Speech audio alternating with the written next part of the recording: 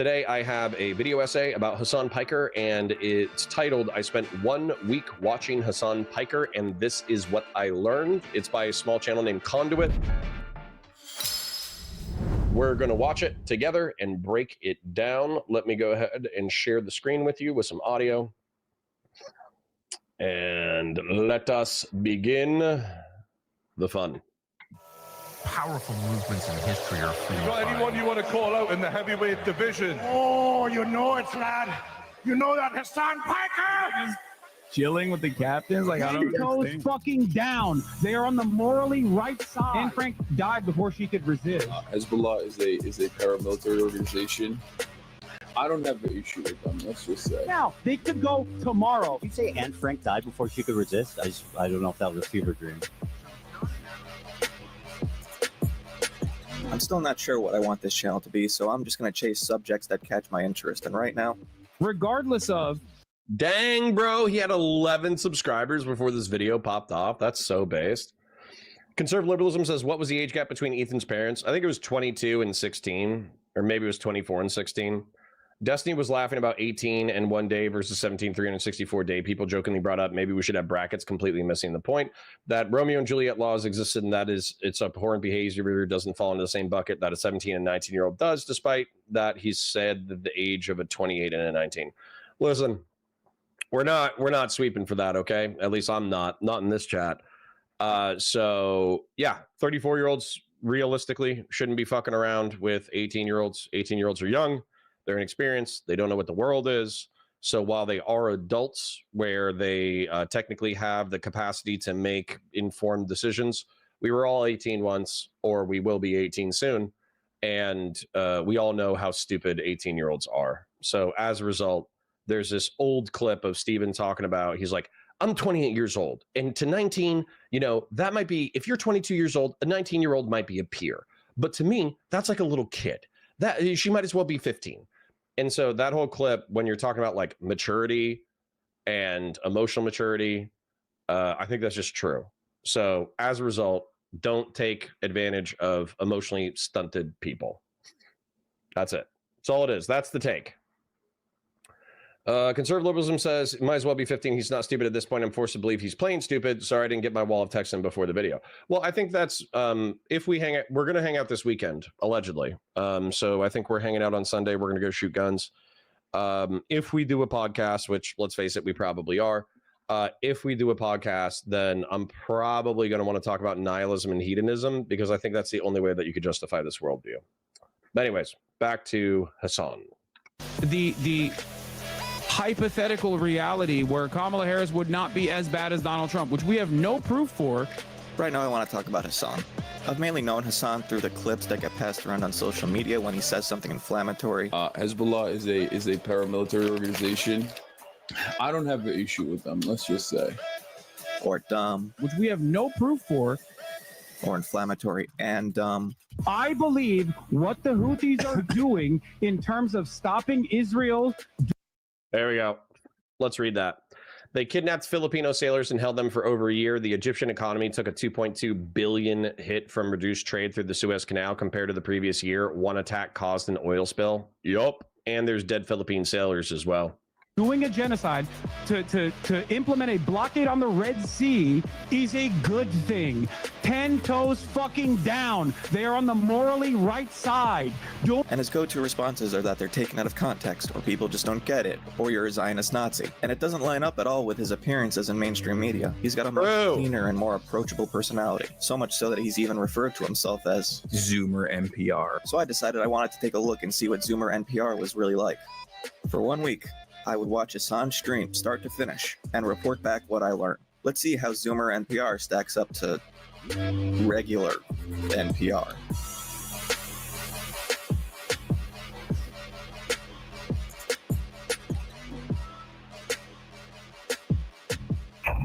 Bro, that was a solid intro. Solid intro. Webtoon says, in that clip, I thought he was talking about dating somebody versus longer relationship versus just hooking up. Listen, I get it. I don't care, though. And I'm not a nihilist and I'm not a hedonist. So I think that even like some Leonardo DiCaprio hooks up with chicks between 18 and 25. Am I going to call the fucking police? No. Am I going to think he's a little bit of a creep with Peter Pan syndrome? Yeah. And that's the same thing, like, you know, Steven's saying that he's decreased his gooning, but I don't know what that means. I don't know what his current gooning behavior is. So if he's hooking up with 18-year-olds or 19-year-olds or 20-year-olds, am I calling the police? No. Do I think that it's effectively Peter Pan syndrome? Yes. Am I going to try to encourage him gently, tactfully away from having Peter Pan syndrome? Absolutely. Is it Peter Pan syndrome? Is that Neverland? Is that where you never grow up? I forget. Somebody correct me. Maybe I'm thinking of Pinocchio, like the Lost Boys, but somebody Lost Boys is Peter Pan. I don't know. Somebody correct me. I'm tired.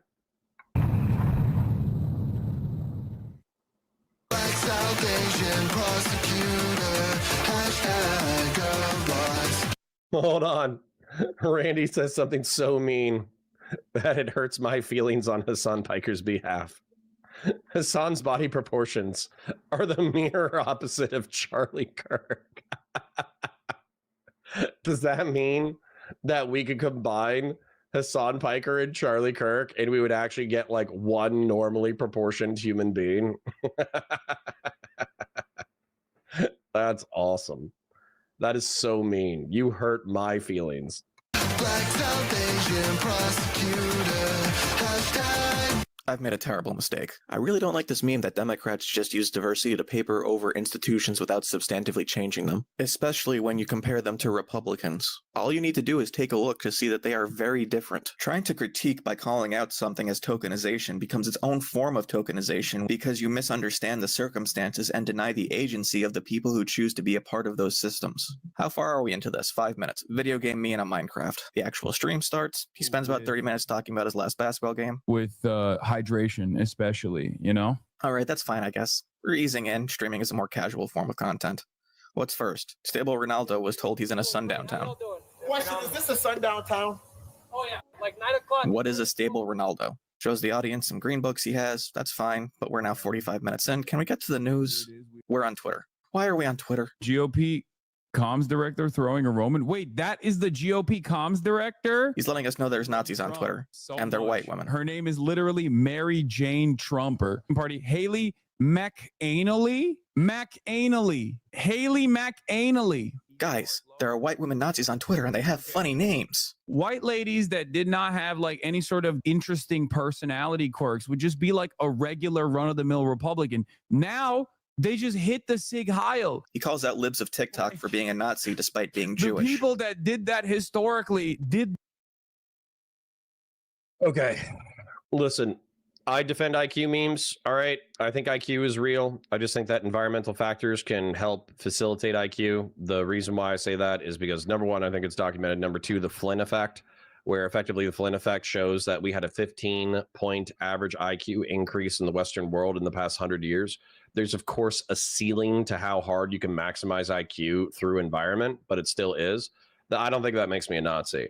However, the reason why I don't like the Jews can't be Nazis meme is because, let's say, I'm not accepting that the state of Israel is committing a genocide based off of the current definition. However, I will accept the fact that Israel is probably trying to do an ethnic cleansing right now. They've last stats, which are probably about a month old right now, was they killed 60,000 people, 20,000 of whom were militants. The remainder were civilians, arguable about what the conditions were of those civilians' deaths. There's 200,000 people who were projected to die as an indirect result of Israel's military operations and blockade of aid, et cetera, which is 10% of the population of Gaza. That's pretty fucked up right there. Now, that's war. War is fucked up. But the thing is, now that Hamas is largely defeated in the field, it should be cleanup operation time. But instead of it being cleanup operation time, it seems like they're just going to sit there and they're just going to let people, sleep in tents, die from diseases correlated with poor sanitation and poor nutrition. And that's just the plan right now. And so it seems like, if you go with the UN definition, that they might be trying to create circumstances such that you will destroy in whole or in part an ethno-religious group, which is part of the definition, the UN definition of genocide. And it seems like the intent, in my opinion, is that if Jordan or Egypt saw how bad the conditions were in Gaza, that they might eventually open their borders out of sympathy for the Gazan population, and then boom, they ethnically cleansed Gaza, right? The Palestinians are gone. They're somebody else's problem. Who gives a shit? No longer our problem, right? That seems what Israel's doing. So if you want to make brave arguments like genocide is bad, starvation is bad, ethnic cleansing is bad, and Israel is engaged in nefarious military operations that seem to want to ethnically cleanse Gaza, I'm not going to freak out about it, right? I don't think we like know all the details, but I'm not going to freak out about that. It turns out Jews are human beings, and human beings can do bad things, right? I know this is a shocking revelation, but fuck it. Checking in with chat. Christian Blair says, small caveat, that clip of Destiny when he was 28 is him referring to specifically dating long-term, not hooking up. That's still cringe to me. The clip is him reacting to JF Gariepi dating a mentally ill woman that he's suspected of later killing. Yes, murder is worse than with 18-year-olds. I agree with that. Brave take, I know. Hedonic Treadmill says, morning, guys. Starting off strong, I see. No, I'm actually very tired. I'm going to be very grumpy today. Ved Sunil says, if Hasan did something bad, wow, Jesus, Ved Sunil. That's very edgy. Severin says, gosh darn it, spent the past month plus refurbishing, sanding, and replacing our deck. Yesterday started getting around to starting and finishing sanding, got intoxicated later and started chatting. Finally got ARP. What, Severin? Finish your deck. Kay says, Jews can be bad. We can use other words than Nazi to describe it. Can Nazi mean Nazi? Just my thoughts. Yeah, sure. I'm okay with using Nazi to describe fascist German from the early to mid 20th century. I'm good with that. Benson Neal says, I think the current Israeli government is trying to ethnically cleanse. Hopefully a new, more competent government can handle the situation better than that. Maybe a Democrat in 2028. Yeah, we'll see. Sun Patty says, it's insane how Israel went from a justified defense to a literal ethnic cleansing. Yeah, not great. Ethnic cleansing is bad, guys. Don't know if you knew that. Don't know if you knew, but ethnic cleansing is bad. By your logic, Arabs are Nazis? Listen, bro, I'll never defend Arabs ever. Like I'll defend Arab civilians, but I will never defend the political or militant organizations in the Middle East and North Africa. They have done some of the most heinous shit casually. You were saying Israel hasn't done it? Lol. Dude, if I just like go pull up right now, like fucking hundreds of thousands of fucking Gazans sitting in tents right now, getting bombed daily. Like, are you just denying that those videos or pictures exist? Eli Grice says, there's self-hating Jews that become Nazis. As a Midwestern Jewish people, the majority of us don't agree with what the leadership in Israel is doing in reference to the Gazan Palestinians. Based. Ethnic cleansing is what idiots say when they don't care about Arab lives. You want Arabs to die for Trump to lose because you are a cuck. White savior syndrome. Corey Peltzman, you've been here long enough that I'm probably just not going to outright ban you. But honestly, this is probably one of your dumbest takes. No, if you try to, God, already, dude. Already, didn't I tell you I'm tired? You couldn't take it easy on me for one day. You just have like horrible political autism. God, Corey Peltzman. Everybody throw a tomato at Corey Peltzman. He fucking deserves it, all right? This is Gaza. This is Israel. Israel is 80% Jewish, 20% Arab. This is Gaza. It's 99.9% Arab Muslim, okay? Right now, what the Israelis are doing is they've blown this the fuck up. 80% of buildings are not habitable. There's limited power, water, and food. The only food that's getting in is the food that Israel allows to get in, which is not enough for people to thrive. It's barely enough for people to survive. In my opinion, Israel is making the conditions so fucking miserable for the Gazans because they want the Egyptians, this is the Sinai, they want the Egyptians to say, oh, Gazans, we feel so bad for you. We are also Arab. We are also Muslim. Please come into our place. That way you don't die. That is what Israel is doing, in my opinion. But Israel is doing that on purpose. Another option is saying, Corey Peltzman, since you don't fucking understand what ethnic cleansing is, another option here is, okay, the war's mostly over. There's half a dozen, civilians. We'll try to negotiate for their release, whatever. But what we're going to do is we're going to section off 10% of Gaza. We're going to rebuild it with infrastructure. Then we're going to vet the civilian Gazan population, and we're going to move back in. 10% more, rebuild, vet the civilians, move them in. 10%, vet the civilians, move them in. 10%, until eventually Gaza is rebuilt and restored as a decent place to live for Arab Palestinians. And then hopefully that can be the groundwork for some level of peace and humanitarian consideration. Now, the problem with that, of course, is that the Gazans and the West Bank Arabs, they don't just want their current borders, they want the state of Israel to disappear. And the problem with the Israelis is, especially after terrorist attacks, they want to fucking ethnically cleanse Gaza and they want to ethnically cleanse the West Bank eventually. And of course, hashtag not all Israelis, hashtag not all Jews.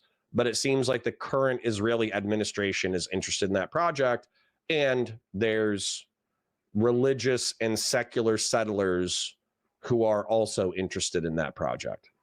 Okay, Corey Peltzman, you can call me an idiot, but you can't tell me where I'm wrong. The Holocaust. Yeah, World War II was just a meme. Put a pin in that. Let's move on from all these. Sorry. Fast Bulba says, if Carolyn leave at 28, let Big Balls 19, who's the Doge guy, do something sexy. What would your chart say about it? It would say, the age gap's a little weird, but go for it if it's true love. Fucking freaks and weirdos. We're an hour and 15 minutes in now. Where's the news? Why is Zoomer NPR just a curated Twitter feed of Nazis? And we're looking at more Twitter Nazis. Who are these guys? Some Nazis lose to today's football match in Rivne, Ukraine. They're Ukrainian Twitter Nazis, specifically the Azov battalion, which leads into Hasan giving his point of view on what Ukraine should be doing for peace. I'm an advocate for the Minsk agreements, an infinitely better proposal than what the fuck is. Meaning Ukraine has a Russian puppet state is preferable to war. God, I hate Hasan Piker. Going on currently. But there is under no circumstances a reasonable justification for Russia invading Ukraine, a sovereign power. Donbass is different than Crimea, and Crimea is an annexation that is, in my opinion, justifiable. It is a part of Russia, okay? Finally, the news. They're talking about Texas trying to redistrict in order to push Democrats out of their seats. Hasan lets the clip run without giving any meaningful commentary. Gavin Newsom is a fake demon. God, this is why I hate this motherfucker so much. He's not even that good of a streamer. He really is. He really is. He's a fake demon. Gavin Newsom's major problem in California is public transit and the housing market. I fucking despise him. I think he's a demon. I guess the silver lining here, in a weird, twisted way, is that means that like elections will happen. I need to explain something. It's not a defense of the Israeli state to say that when you criticize Israel, you should be accurate. Obfuscating reality for the sake of vilifying your enemy makes it harder to actually deal with issues on the ground because you waste time disentangling fact from fiction. That is a truth that goes in both directions. And for a government that will enthusiastically pounce on any scrap of misinformation to discredit the entirety of a criticism, you need to be sure you're giving them no opportunity. Make sense? Cool. While Hakeem Jeffries talks to Wolf Blitzer about needing to get more aid into Gaza, Hasan can only focus on the fact that apparently they're both funded by AIPAC. AIPAC spokesperson Wolf Blitzer is interviewing current AIPAC-funded politician. Orders are in priority. Nothing to see here, man. Just an Israeli whose grandparents were kidnapped, one of them was murdered, is saying that they need to end the war, and his chat is calling him a Nazi. Again, this person has family that was killed by Hamas on October 7th, and they seem repulsed by him. They should be thanking him. Instead, they're self-righteously alienating the people they need to get the fighting to stop. Then he watches a John... So fucking base, dude. I love that they're calling this out, because seriously, I'm not gonna lie, Hasan's chat is absolutely psychotic. And when we talk about stochastic rhetoric, this is exactly what we're talking about. So if you have a Israeli Jew who is saying, please God, let's end the conflict, my grandmother was kidnapped, my grandfather was killed, You know, my grandmother was only released recently. You know, the violence is bad. The civilians dying is bad. Please, God, let's end the conflict.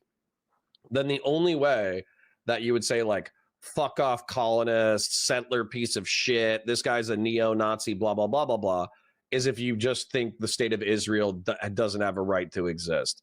And so I don't blame Israelis and I don't blame Jews who see Hasan Piker and his ilk as like violent ideological enemies. I really don't, because Hasan can come out and say like, oh, like when I said baby settlers, I was actually like referring to it in like a legalistic way. I didn't actually mean that it's good to shoot Israeli babies in the face. Like, he can come and sweep his shitty comments after the fact, but the ideology clearly leads to the fact that if you're a settler in the West Bank, man, woman, child, doesn't matter, rules of engagement, you can just be wiped out, which is obviously like, regardless of your criticisms of Israel, is super fucked up. I know Doobie and I are probably going to beef today as long as he stays in chat, because Doobie was like, yeah, the Red Sea crisis is based. So, yeah, we're going to have problems today. Oliver segment and criticizes John for not covering Gaza more. He was noticeably absent from the conversation. But that's all we get before he gets stunlocked by a chatter who says they were in the IDF in Gaza. I've been to Gaza several times. He proceeds to call him a Nazi and Israel Nazis doing a Holocaust for the next 30 minutes. You are literally a terrorist, brother. Fucking terrorist. You are defending a Nazi state's Nazi military. You are a fucking terrorist. I'm a fucking adult. I can handle this conversation. Listen, you don't understand it. Mein family, mein Vater, mein Mutig. We do not hate the Jews. We do not hate them. I did go to Gaza. I didn't shoot it. That's actually like a solid German accent, bro. That's actually like super solid. Officer Nasty says, is this video a bunch of old Hasan clips? Nope. These are recent. These are recent clips. So the title is I spent 1 week watching Hasan Piker, HasanAbi, and this is what I learned. It's by a channel called Conduit. And I remember some of these clips being from last week or the week before. So no, this is all recent. Anyone, I didn't kill anyone. I've guarded. That's all. Yeah, I'm just a guard, man. I'm just a camp guard. Were you just following orders, dude? $0.00 for you to just like be quiet. You know about the Holocaust. Your bitch ass and your fucking family came from Russia to Israel. How is that appropriate? The fucking Palestinian.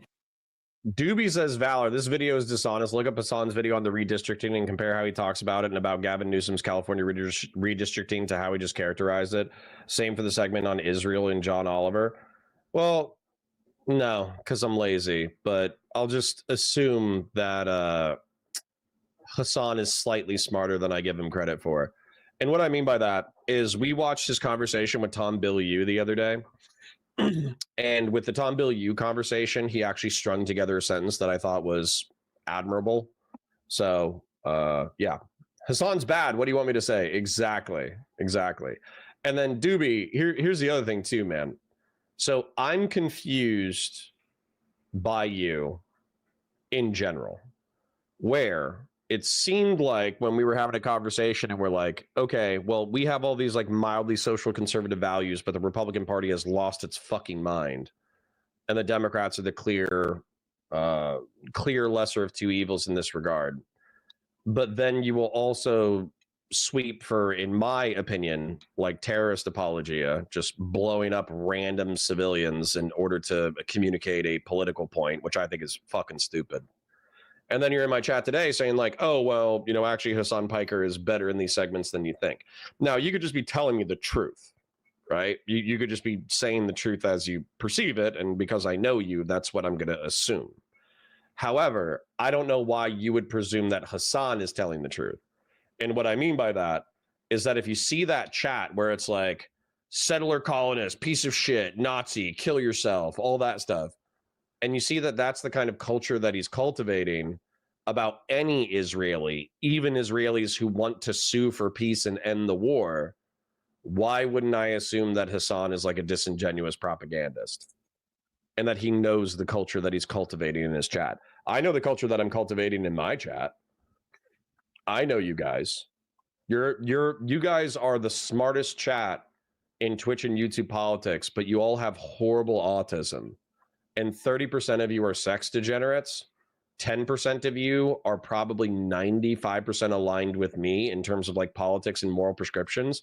But weirdly enough, maybe another 30% of you hate Destiny so much that me saying that I have a different value system than Steven, but then still continuing to associate with him just like rubs you the wrong fucking way. So you're like barely tolerating that part of my personality. So if I can have that, and now I only have 100, chatters or whatever, 100 to 200 live viewers. But at the same time, if I can pull that vibe out of my ass, why can't Hasan see the culture that he's cultivating? Christian Blair says, Doobie, your opinion matters yet. You given your support downplayed non-Israeli hostage taken by Houthis? Sure. Eli Gray says, did you see the old Ethan clip where he's sexualizing a teenage Boston bombing survivor and saying the N-word? It's super weird. Listen, we all say crazy, edgy shit in order to become socially relevant, right? I don't, because I'm boring as fuck. But Ethan Klein, like when they were in VR chat and they're hanging out and there's a bunch of teenagers and they're playing video games and they start like digitally giving each other hand jobs in the VR chat. Listen, I'm just going to say that like that's absolutely something me and the boys would do. Now, maybe we wouldn't do it in live stream. And if we found out there were teenagers in the chat, we wouldn't do it. And I'm also 40, so I haven't played video games with the boys in like a decade. But I'm saying, when I was 20, when I was 25, absolutely. I would be using VR to do horrific sexual gestures. Has been living there for generations. Your ass came from Russia. How is this anything but Nazi fucking ideology? Jewish supremacist attitude. Israel is built on the principles of Zionism, okay? Which is, as I repeated, a Nazi ideology. Asking me if Israel should exist is like asking, should Nazi Germany exist? Okay, we're finally off Israel, thank God. And we're on to Zoran Mamdani. Okay, Fox News doesn't like him, and he spent the next 30 minutes shitting on Dems. With the pepperoni nips. This is the best Elizabeth Warren tweet, and it's not even Elizabeth Warren. It's Donald Trump's tweet about Elizabeth Warren. And now we're learning about Hassan's Twitter beef with Drew Pavlov. I've been to Israel 3 times. Okay, now we're on to Trump is putting tariffs on India. No, he's still talking about Drew. Okay. Doobie is inspiring a geopolitical rant.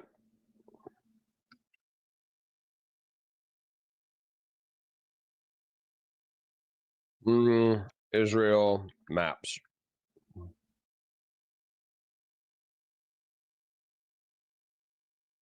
I'm sorry for eating trail mix, but I swear to God, I'm dying right now.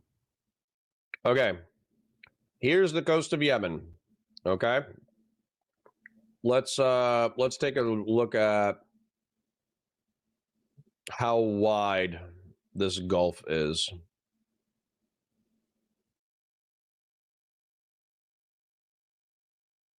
What is this? This is 5 miles. Interesting.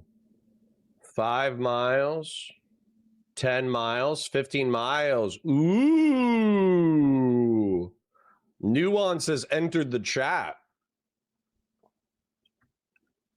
What is considered international waters off of a country's coast? Uh-oh. Doobie's about to own me in the marketplace of ideas. International waters of the high seas begin beyond a country's exclusive economic zone, which extends up to 200 nautical miles from the coast. This zone is governed by international law, not any single nation allowing for freedom of navigation, fishing, research, and overflight, but requires adherence to international treaties for safety and environmental protection. That's interesting.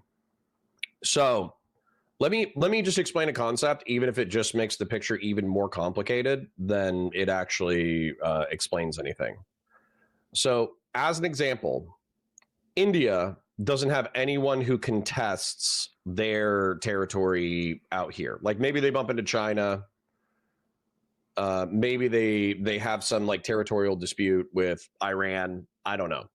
But effectively, out to 200 nautical miles, which if you look in the bottom right corner, there it's like an inch. So funnily enough, let's just guesstimate it, okay? 1 inch out, 1 inch out. Weirdly enough, this might be Iranian sovereign international waters out to 200 nautical miles. This would be what is in their hemisphere of control. It's what they're allowed to patrol. It's about what they're allowed to protect. And same thing with Oman. But like Iran and Oman share this territory. And so as a result, in the Persian Gulf and in the Gulf of Oman, since they both have claim of these territories, I'm assuming they have some kind of like military treaty where they won't attack each other within these waters. And they probably have some kind of like negotiations for fishing and navigation and all that kind of shit. So what I was going to do, because I actually had no idea how wide the Gulf of Aden was, I was going to say, well, Yemen can't, that's not their sovereign territorial waters. Well, the truth is that the Gulf of Aden and the Red Sea, this is only like, I don't know, 30 miles across, like 20 or 30 miles across. So technically, this is within Yemen's sovereign waters, but it shares these waters with Djibouti, Somalia, and Eritrea. And so as a result, like Eritreans, Djiboutians, and Somalis should all have freedom of navigation here. But I have to assume that there's some kind of international treaty that says that like ships can pass by here unmolested. But since Yemen is, in my opinion, controlled by effectively a terrorist organization, why would they care to sign on to an international treaty? So, Doobie, you can think that they're morally correct for policing this gap to the point that if any ship tries to pass it, they'll just blow it the fuck up. But then I'm going to say the United States, the Eritreans, the Djiboutians, the Somalis, anybody who has an economic and commercial interest that's being molested by Yemen, they have the right to blow up Yemen. So interesting. Doobie inspired an interesting geopolitical analysis. Thank you, Doobie. Thank you. Literally about to go to jail. And I just think he got like a $1,000. Okay, now it looks like he's talking about the news. That's nice. Anyway, he finally hits play on the video and he walks away. ABC's out. First comment when he comes back. It's kind of pointing to. It seems like India no longer lying, and my heart goes out to the Hindutva fascists. I feel like they probably thought Modi and Trump were literally the best friends on the planet. Like no one is a closer friend to India than Donald Trump. Oh my God, he's been cut in half. Yeah. I unsheathed my katana. I just did my special move. Yeah, I cut him in half. Your anti-Semitic sword. Yeah. But then he uses Twitter in order to explain the tariffs. We're the ones paying those taxes, you dumb fuck. Yeah, you go to buy a bed on Amazon that was made in Vietnam. The bed is now sailor could buy ahead against the tariff increase and can't do that into perpetuity. Tariffs make sense if you do this strategically. Okay, another piece of critical news. Trump fired the commissioner of the Bureau of Labor Statistics because they reported honestly on his dismal job numbers. That's one new job right there. True. But also that's one layoff plus a new job. So I think it cancels itself out. Next month's jobs report, 1 million jobs. You love it. You love to see it. America's hot. We then spend the last hour of the stream on two separate Fox and Friends interviews with TikTok influencers who give male fashion advice and female dating advice respectively. And then the stream ends. Day one over. Thank God. I'm happy I didn't have to watch 8 hours in order to get that much information. What did we learn?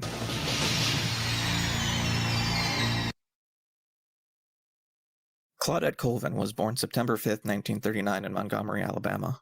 While in high school, she joined the NAACP Youth Council, where she would meet another Montgomery native, Rosa Parks.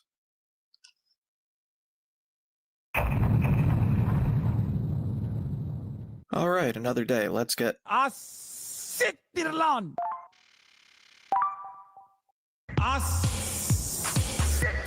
Okay, what's going on today? I watched the first episode of King of the Hill. It was all right. He's going to debate Charlie Kirk. Dartmouth, where I'm going to be debating Charlie Kirk. And apparently Epstein had a photo with Castro. He's really disappointed about that. How the fuck does he have a photo with Fidel, bro? This hurts.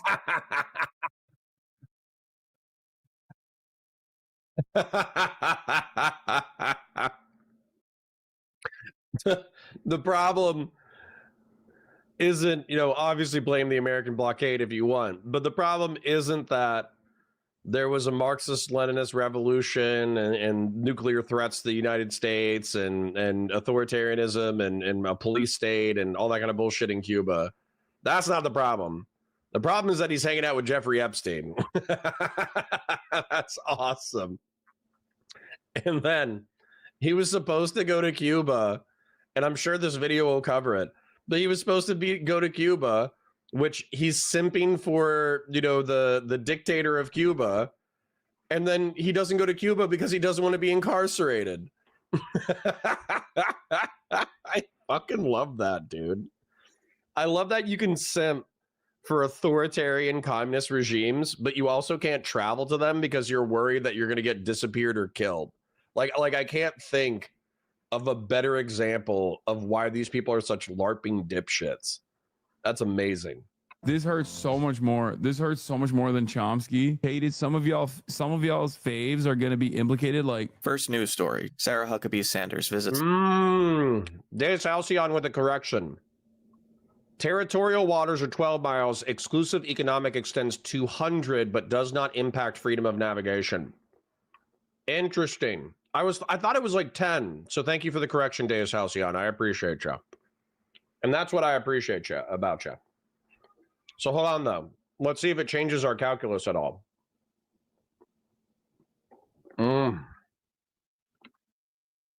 Again, I'm sorry for eating in your ears, Trail Mix. I hope it's very quiet. I hope you can't even hear it, but I am dying right now. So in my defense, I need carbohydrates or I am going to die.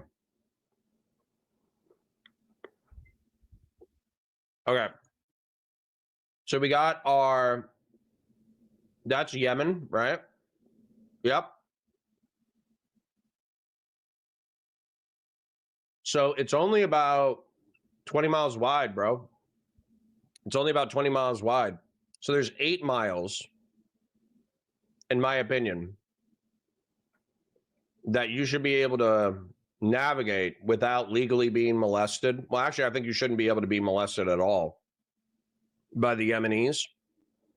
But I could see them making some kind of like territorial water argument. If you ran between the island of Mayun and this area, I'm assuming that they would make some kind of argument for territorial waters.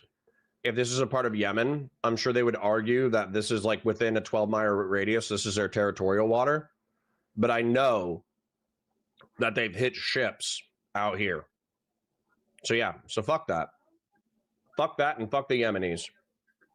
It's the Western Wall. Literally, this is the one thing about Judaism that I do not know. Like, I mean, I've learned deep lore on this broadcast about Sukkot, about the citrus, about the stick and the tent. It's just the holy wall. I don't know. Wait, what the fuck? You don't know either? How do you not know? You're Jewish. Why do Christians go there and like cry and stuff? I'm gonna be real. It's not much. It's the outside wall of the second temple. This is the Temple Mount, mega holy, great place to pray. How has he been doing commentary on Israel-Palestine for so long and he doesn't know about the Western Wall? It's one of the main points of contention and negotiations for the two-state solution. It's just the wall, man. Calm down. Like, politicians are doing the classic, like, we're going to Israel to show how fucking, to show how much we love Israel routine. That's it. Okay, an hour and 20 minutes in, actual news. Trump is on the roof. Oh, he's getting up there. Thank you, Shave Dog Butt. I appreciate how smart my chat is. Doesn't do any investigating, just thinks it's funny. Do a flip! Anything about the dementia-addled president who's killing millions of people around the world? Severin says, would you agree with Fabian that Hasan is actually a narco-syndicalist, not an ML? Def don't. Vosh is for sure, but not next Tuesday. That was almost a sentence, Severin. I love you, parasocially. I think Vosh is an anarcho-syndicalist who doesn't know enough about anarcho-syndicalism to understand it. I think that Hasan is absolutely not. I think he's a fucking closet ML. Now, that being said, Doobie asked me, by cutting, why do I think he's a closet ML? I'll actually link it in the chat. Come on. YouTube. I would say like simping for Cuba and excusing terrorism would be like two of my first indications that he's a Marxist-Leninist. However, if that's not good enough for you, second thought, Hakeem podcast. I forget what it's called.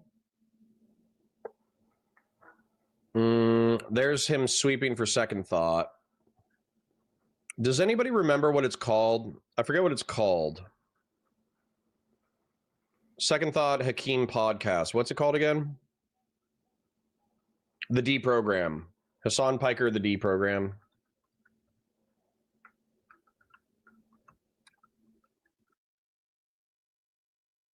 This one. Yeah, it's a completely different life because it. That forward. No, the it's comment. not this one. It's the one with the cartoons. Does anybody have it? It's in here. It's in here somewhere. Why isn't it the first one? Oh, it's this one. Those are quote unquote the. So, Doobie, if you think that Hasan is just like a cute uwu sockdem, then you're gonna have to show me him being a cute uwu sockdem in front of Hakeem and Second Thought.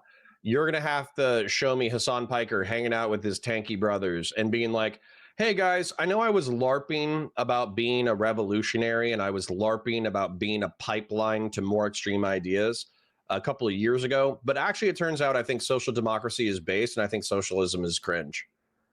I think the decommodification of basic human needs and workers owning the means of production, moving towards a moneyless, stateless class of society, I actually think that's an incredibly stupid idea and I no longer believe in it. So if you have a clip of that, of him disavowing communism and socialism and saying that he's just a social democrat now, I'll happily take a look. I probably won't believe him, but I'll take a look at it.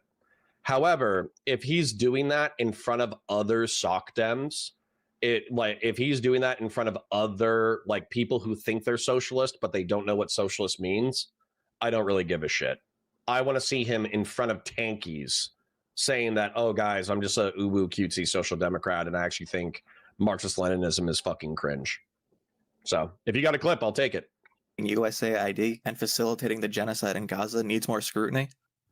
No? Okay. But Trump and Harris were the same. What is this? It follows 2014. Epstein comes up. That's a problem squarely on Trump, right? No, Republicans are subpoenaing Democrats, including Bill and Hillary Clinton. He spends the majority of time on them instead, thinking it's funny. Bill Clinton can do the funniest thing. I'm just saying. Take it all down, baby. Come on. Come on. Mutually assured pedophilia destruction. He's upset that Cory Booker doesn't want to endorse Zohran Mamdani. He had no...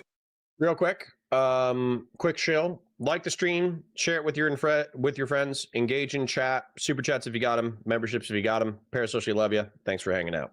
issues pumping Mayor Adams. This is all about Israel, 100%. And we're back to Israel because he's corrupt because of AIPAC. And Israel is not even just about Israel. Israel is about democracy. AIPAC money is consequential. It is important, especially at a time like this. In late recording, Cory Booker says he and AIPAC president text message back and forth like teenagers. AIPAC is simply a representation, tip of the iceberg, in terms of how pervasive Israeli lobbying efforts are and how pervasive Israeli influence is in American politics. This is Professor John Mearsheimer. He's a political science professor at the University of Chicago. In 2007, he wrote a book called The Israel Lobby and U.S. Foreign Policy, which was about the Israel lobby and U.S. foreign policy. The argument of the book is that Israel leads American foreign policy in the Middle East at America's expense. Not quite Mossad did 9/11, but it's still pretty inflammatory. Today, he's going to tell us about the Greater Israel Project. Greater Israel is the idea that Israel has a religious compulsion to conquer the land from the Nile River in Egypt to the Euphrates in Syria and Iraq, along with the entirety of Lebanon and a large chunk of Saudi Arabia. This is despite the fact that Israel hasn't done any conquering, even with its projection of military force. Israel has gone into Lebanon multiple times and left. It gave Egypt the Sinai for peace. Jordan administers Al-Aqsa Mosque in Jerusalem. And despite bombing Syria, the IDF has actively removed Israelis who have tried to set up settlements across the border.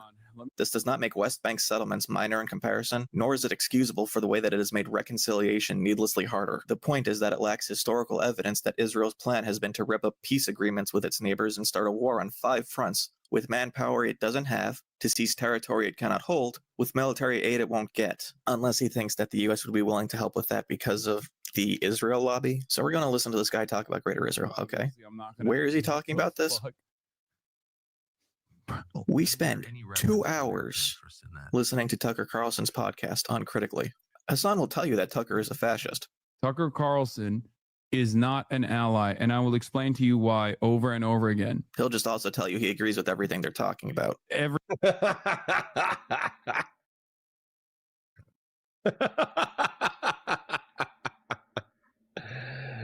All right. Listen, guys, my commentary isn't particularly hot today just because I am, like I said, I'm just totally wiped out. That might actually make me a better streamer, though, so I can just freeboot somebody else's content. But this is why I think that's so fucking funny, because this is what I want for those of you who don't know. This is my political project, is I would like coalition Democrats and Republicans, people who genuinely believe in the Republic of the United States and they want to see it perpetuated into the future, and they think the Bill of Rights is a good thing, right? They think the Republic of the United States is a good thing. And so that'll probably include some reasonable progressives. Excuse me. It'll include it'll include most liberals. It'll include never Trump Republicans and neoconservatives. It'll include a healthy chunk of contrarian right. Well, we're not going to get all of them, right? And then maybe some MAGA people can be brought our way, right? That's kind of the map as I drew it out, right? Now, when it comes to SOC Dems, it's going to be a technocratic argument, but I'll try to argue with them on why I think they're wrong on specific policy. With the far left, they can go fuck themselves. And with the dissident right, oftentimes, even if I find an idea cool or funny or interesting or weird, oftentimes they can go fudge themselves as well. But the reason why I think that's so funny is because this like interview where Tucker Carlson is like, you know, interviewing a World War II revisionist, and he's like, oh yeah, that's interesting, you know, like Churchill really was the one of the worst guys of World War II, and as a matter of fact, you know, Israel's actually evil, that's so interesting, blah blah blah blah blah. It's like a static shock where this loop gets temporarily closed, where there's a lightning bolt between the far left and the far right, where they agree on something from a policy or historical descriptive perspective. I think that's pretty funny. Gen X says, if I explained everything that's happened in the last 2 weeks with me advocating for my grandma and being gaslit into thinking I'm crazy by all medical people in my family, y'all wouldn't believe it. I'm sorry that you're going through rough stuff with your grandma. I am. Anyways, back to the content. Everything from here on out, he's cooking with gas. He's 100% correct. And not once will he ever consider putting those two thoughts together. Remember that one time Tucker Carlson had on? Adolf Hitler is firing off radio broadcasts, giving speeches, trying to get the message to these people that Germany does not want to fight you. Churchill wanted a war. I don't begrudge him that. This is serial doxer, harasser, and all-around awful human being, Bad Empanada. Stupid name, stupid human. The noted terrorist, 40K reference. Chem Begin, whose name I surely mispronounced, but I mean, modern Hebrew is a constructed language anyway. They pronounce everything wrong. Hasan won't correct that little obvious anti-Semitic tidbit, but his chat certainly seems to like it. But he will correct one thing. Ronald Reagan was an extremely Trumpish president. He was just better on camera than Trump is because he was an actor and Trump isn't. And he Wrong. Donald Trump is a TV guy as well, and that's the reason why he's very telegenic and very charismatic. I disagree with Bad Empanada. Nobody's seen anything like it, even though they've done it twice before. And in a certain way, it almost looks like they've abandoned the state. It looks very bad. Yeah, go ahead. Zoomer NPR, everyone. Oh my God, we're finally done with Tucker. I have no more energy. Now we're at RFK banning mRNA vaccine. And by the way, this guy's voice where he sounds like depressed is the reason why I don't stream snipe Hasan. It's because, in my opinion, he genuinely does make bad content. Like, I'm already kind of like taking some psychic damage by proxy from this guy taking psychic damage directly from Hasan Piker. Like, I genuinely think his content is dog shit. Which is really, really bad. Oh my God. And by the way, I think we're only on Tuesday right now. I think he said he watched a week of Hasan Piker. I think he's on his second day. Am I crazy? Isn't mRNA research like literally working to cure cancer? A Jeffrey Epstein associate is molesting the field of... Go from RFK ending what might be one of the biggest public health advancements since the inception of modern vaccine. Christian Blair says, why is MAGA included, but progressives aren't? They are. Just half of progressives and half of MAGA. And by the way, realistically, I wouldn't even take MAGA because I think there's like for every one that you could win, you're not going to win that many. But we should still try, right? We should still try. And then the progressives, it's like half of progressives, right? because some progressives are sane and reachable, and they just want policies that make people's lives better. And then some MAGA might leave the cult once this fever dream of Trump presidency ends. Now, whether or not we can actually reach these people, no idea. Whether or not we can actually find the same progressives, no idea. I'm just saying that this is the bottom half of the horseshoe is my political project. That's the main thing that I'm saying. That's what I'm saying. Back to being happy because Trump is going after Adam Schiff. Oh my God. Part of that is. Oh my God. Senator Adam Schiff under federal criminal investigation for alleged mortgage fraud violations. Oh my God. I hope they arrest him. Oh my God. I hope he goes to prison.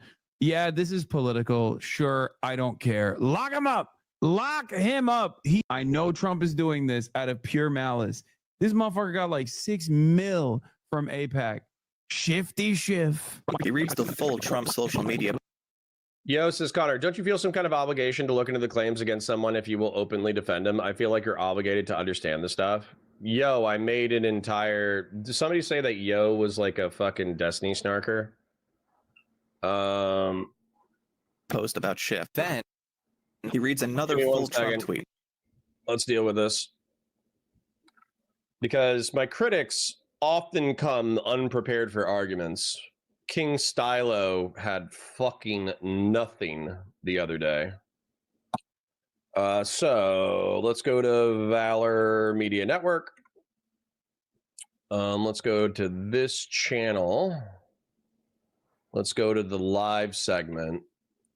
So, Yo, Destiny versus Hasan, stochastic drama, Andrew Schultz, flagrant, Wick versus Andrew Wilson, lawyer versus Ryan Mulally. I think it's this one. I can't remember. I do think it's this one. Let's take a look. You would have to go into the historic 28. Yeah, right here. So go to this one, Yo. Presuming that you don't have like 80 IQ. Okay, start around, I would say, the 23-minute mark. Maybe, yeah, 22:30. So, Yo, go here at 22:30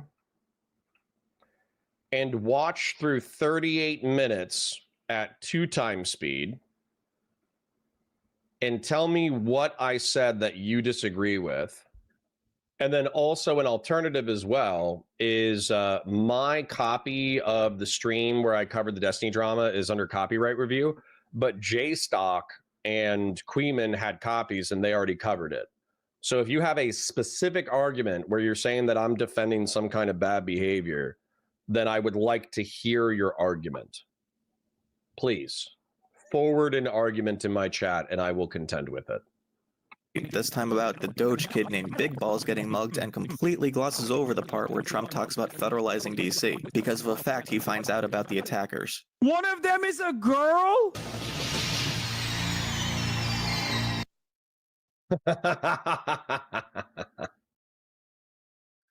So the point that I'm kind of deriving from this right now is that Hasan himself is actually not that transformative with his commentary.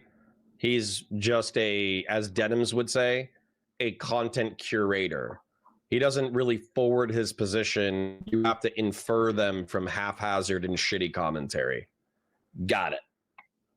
Claudette Colvin used the buses in Montgomery to get to school and back home. The buses back then were segregated, meaning that if a white passenger boarded, they were given priority for the front of the bus, and black passengers had to go to the back. Richie Harrison says, hey, Connor, just sending love and prayers, big guy. That's great, but like the stream, that is free. Share it with your friends, that is free. Engage in chat, that is free. If you got money burning a hole in your pocket, super chats and memberships are appreciated, but never required. Thank you for your prayers, Richie Harrison. I do appreciate it. On March 2nd, 1955, Claudette was riding home when a white passenger boarded and she was told to move. She refused, and so the bus driver called the police and she was arrested. 9 months later, Rosa Parks would be arrested for the same offense. Alright, what fresh hell awaits me today?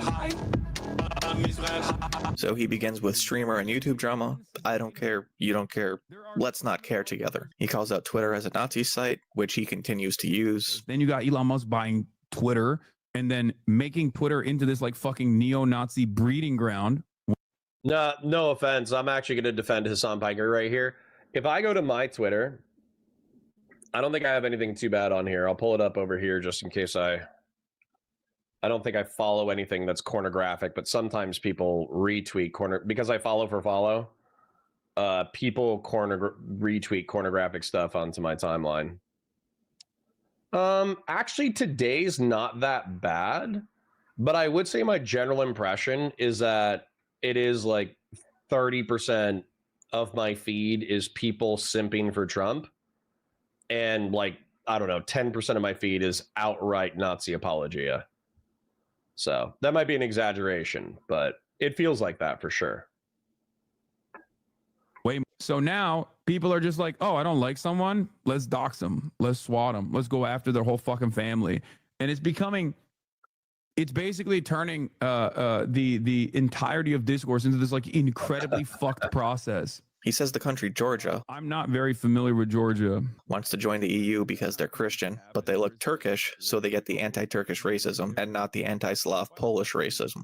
Georgians look fucking Turkish. Okie dokie then. I feel like there's some backstory here he could elaborate on to not make that seem like a bizarre tangent. You know? But instead, we look at an article in the New Republic about Hasan. He says the media hits about him are coming because the media was objectively wrong about the election and not because he's paying for PR. No, it's probably because public perception on Israel-Palestine. And Israel, how could I forget? Once again, we almost get to the news, but we are sidetracked back to Twitter for a Fox News video about an ICE raid. There is no real democratic process here. That's going to be a new theme here. Companies don't actually care about any of this shit either. They never cared about woke. Quick aside about companies not caring about woke. You might think rainbow capitalism is a cheap way to get public sentiment on the side of corporations so you'll buy stuff. And you're right.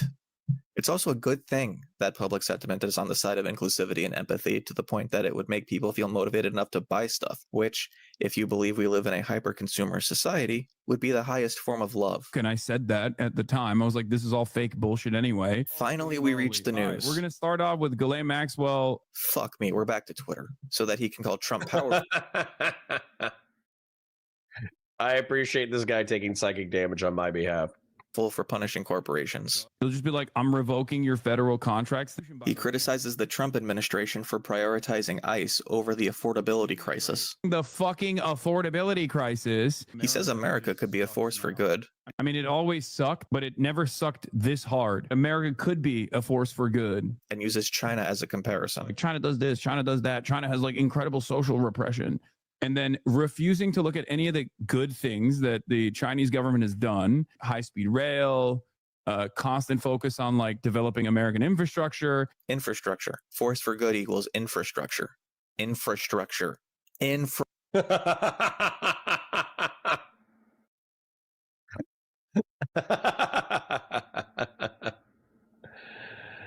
Okay. So, sorry, let me play it. Infrastructure. Excuse me, I need to go do something. On the things that we fantasize China is doing with regular frequency, some of which it is doing, and many others it's not even doing that we're doing here. Okay, I'm back. And now we've actually finally reached the news. Okay. Yeah. Sorry. Eli says that I should take a look at how MAGA infiltrated the punk scene or something. I just want to acknowledge that, even though I don't think I have anywhere near enough knowledge to engage with that topic. Should do a video on the ride of MAGA in the punk scene since you love the genre. I'll help with the research. The drop kickers pod McDonald Trump pretty bad. Interesting. What's interesting about watching this dude watch Hasan is that it seems like Hasan likes Trump more than he dislikes him. He's against Dems, but it's disgusting to use Trump as ammo for that, Connor.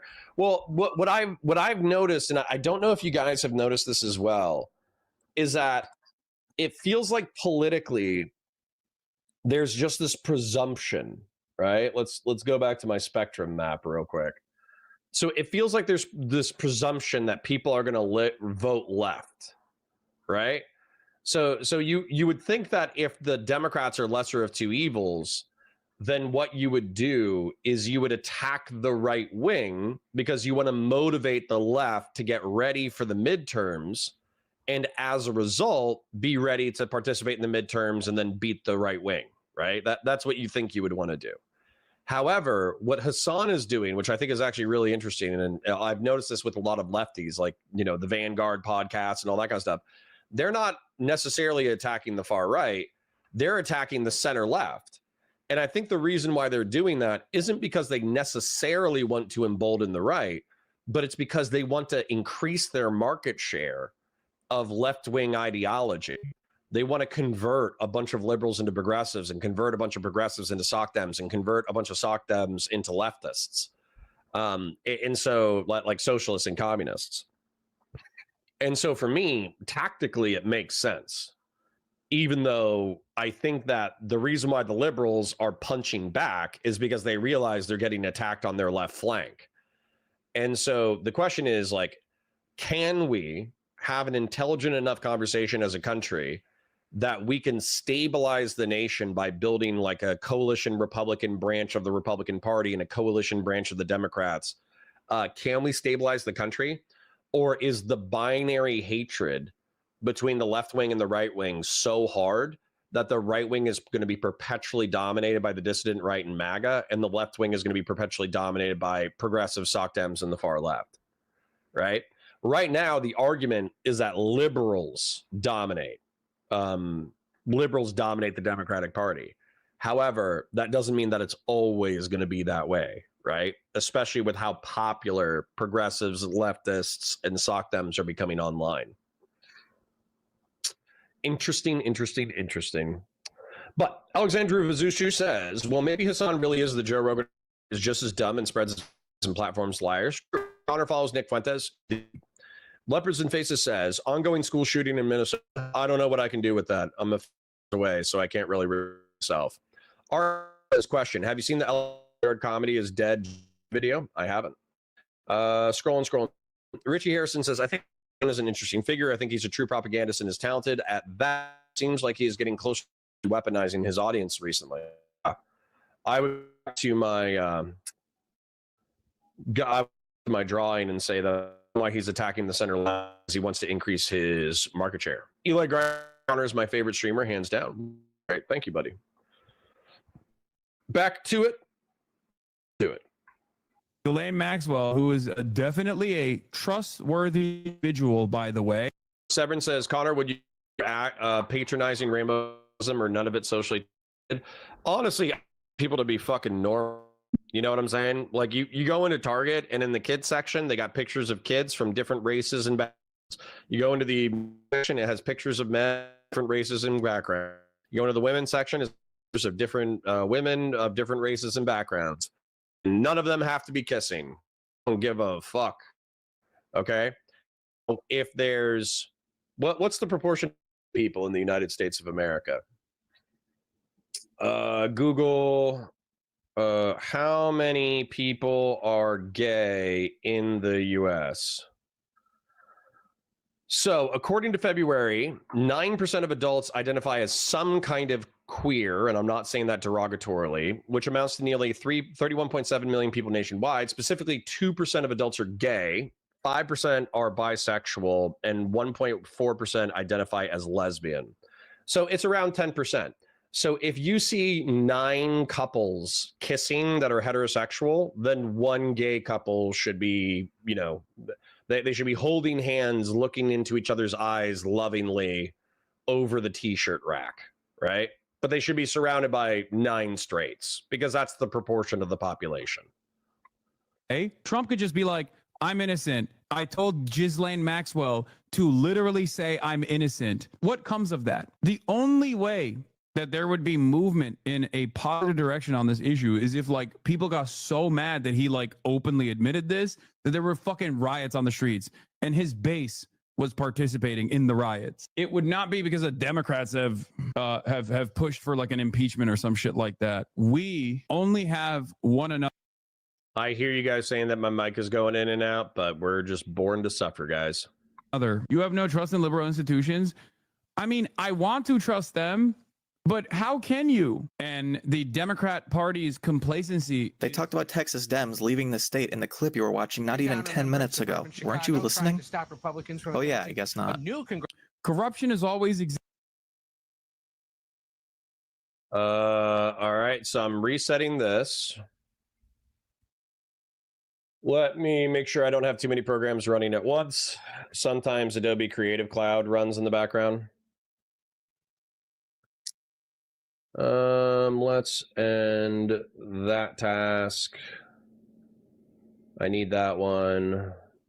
Adobe Creative Cloud is running. I can end that. Creative Cloud. End task. End task. End task. End task. End task. End task. Okay, that should be better. Is it better? Test Dummy Human, thank you for the 200 sec. Says your audio is messing up. Beep boop. Can you guys hear me now? Seems okay now. Good. All right. I ended Adobe Creative Cloud. It was running in the background, and that can eat like 20% of my hard drive or RAM or whatever. Frostworth says, well, by the time he notices the audio issue, it won't matter anymore. Alexander Vizushu says, really, a lot of people who claim bi usually date the opposite gender. Seems fixed, yeah. Don't like 30% of Gen Z self-identify as queer. Yeah, but Dylan Thomas, no offense to, I have one non-binary friend, and I'm not trying to be rude to non-binary people. However, a shitload of queer people are AFAB trans women. And what I mean by that is AFAB non-binary women. Well, maybe I shouldn't type in women. AFAB non-binary. And so what this is, in my opinion, is it's a girl who is kind of tomboyish, who is just like, oh yeah, I don't identify with being a woman, even though I outwardly present as a woman. As a result, I want to be treated non-binary. But it's basically like some of these chicks are definitely actually lesbians or trans or queer. But I would say, like, seriously, 70 to 80% of them are just girl with a septum piercing. This is 80% of AFAB women. It's just a girl with a septum piercing who wants to be special. So 30% of Gen Z being gay, I'm going to go ahead and press X to doubt. They're probably going to make out with a couple of chicks when they go to college, and then they're going to get married and settle down and be fucking normal after 5 to 10 years of being a degenerate. So, my opinion. Bass and Bulba says, what if I'm attracted to myself? What, I'm conceit-osexual? No, you're actually autogynephilic. Existed in American politics. When you let go of the aesthetic, all of a sudden people are like, well, wait a minute, this is fucking criminal. This is a criminal enterprise. What the hell's going on? And people get mad. Chatter actually calls him out for his both sidesing. Tony Conan says, I used to be a self-proclaimed anarchist, but guys like you help white pill me. As long dudes like you keep hitting ground and fighting for what's right, I think the left and right can fix it. Grillhotism gives me hope. Well, thanks, Tony. I'm trying over here. I'm failing, but I'm trying. And that's more than a lot of people. And what's his response? You are becoming a smaller and smaller sliver of society. Like the idea that this was somehow the left's responsibility. Like, no, actually the left was pushing the Democrats to fight. Myself included in this. Look at the Democrats now. They're not fighting. Democrats who left the state. That's why people voted for Trump, because they wanted change. He was already president once, Hasan. Why do you think the cheers at Harris rallies were for "we're not going back"? The framing of this moment is so perfect. They have no dream of a better tomorrow. They have no design for a well-functioning society that actually does right by every single American. So they don't communicate that at all. You're just the lighter version of Republicans. Great. I don't want that. We know Jeffrey Epstein might be related to foreign intelligence, but is certainly not Chinese, okay?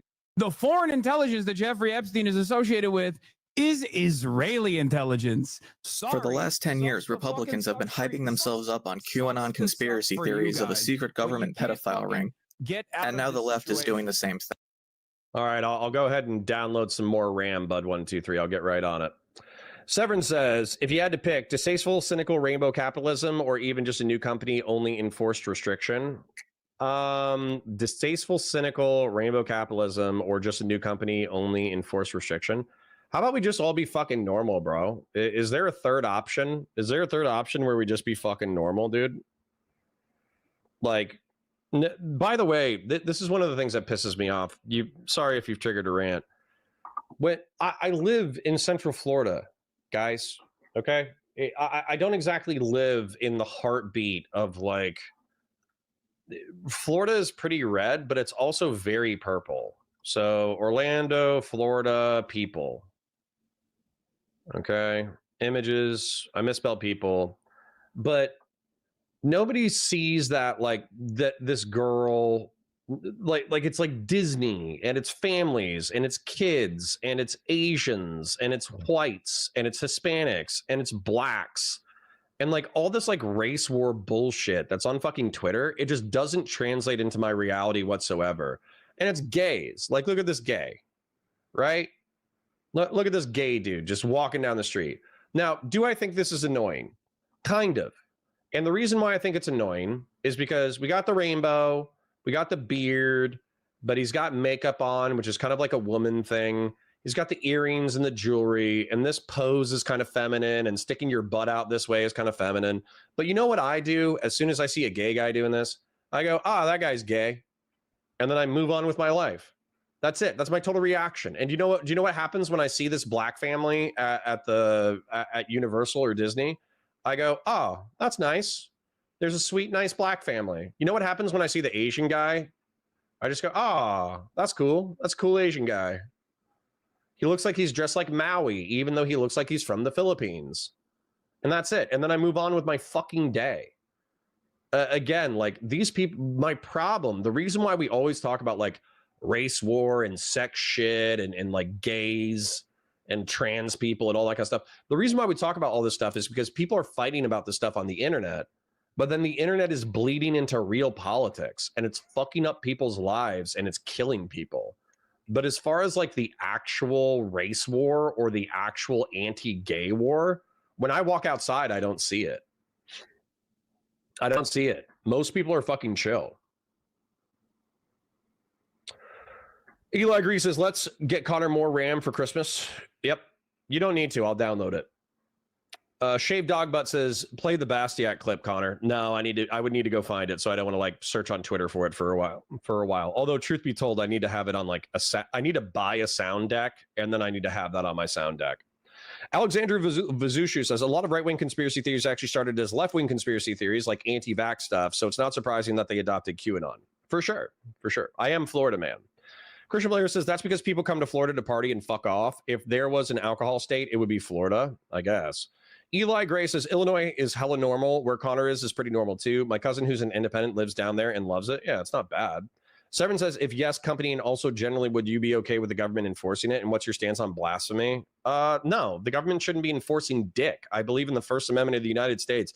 If there was a fucking Nazi company that was like, hey, we sell body wash that smells really, really, really good, but we want like a future for white children, I wouldn't give like, as long as they weren't advocating for violence and they weren't like engaging in terrorism, I don't think I give a fuck.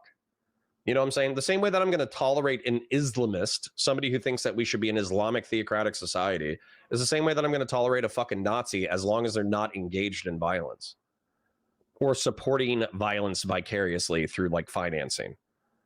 Christian Blair says, Florida man's too busy doing meth and dodging gators and highway patrol to care about the gays. I mean, seriously. Yeah, actually. Fast and Bulba says, people love to be offended. They seek it out both left and right. Unironically, I think that's what we do this, or at least I do this. I get on the internet to get pissed off because it's entertaining and it's fun. And I like talking about ideology and politics and all that kind of bullshit. And I'm assuming the fucking autists in my chat, I parasocially love you for being here, by the way. I'm assuming that you guys hang out here for similar reasons. You find this entertaining. You find Hasan Piker being a dumbass entertaining. And so having somebody that you kind of like criticize somebody that you kind of don't like is a good way to spend your time. So especially if you're at work and you're just listening to me in the background. But don't lose sleep over this shit, bro. These people aren't fucking worth it. Hasan Piker isn't worth losing sleep over. Nick Fuentes isn't worth losing sleep over. Sam Hyde isn't worth losing sleep over. Just be like, okay, yeah, these guys are idiots and pieces of shit and their ideas suck. And that should be like, you should explore the ideas as entertainment, but that should be your sum total of like emotional sadness or anger. Gen X says, my grandma also feels it's important to say what race people are. Yeah, I'm older. I like identifying people's races. Alexandru Vizushu says, I disagree with internet bleeding into real world politics. The real world is bleeding into the internet. Example, a lot of people who worked with me for a Jewish boss were hella anti-Semitic, just quietly. Well, yeah, but are they like joking? Because like I make anti-Jewish jokes all the fucking time, but I have plenty of Jewish friends and I have plenty of Jewish chatters. So Eli Gray says, we had no representation in the 80s and 90s, a different world, 227, Fresh Prince of Bel-Air, In Living Color, Family Matters, Martin, etc. The 90s were so much better. Yes, I'm a boomer. Well, yeah, it also seemed like we were in the same project. You know what I'm saying? I go to streams just to catch hits towards Pisco, then I can sleep like a baby. Based. Shit, what was I going to say? I probably need to reach out to Pisco, but the drama might still be too hot. I don't know if we're going to hang out on Thursday. I'll send him a DM. But the drama might still be too hot. Anyways. Okay. Fantastic. All right, I need to chill.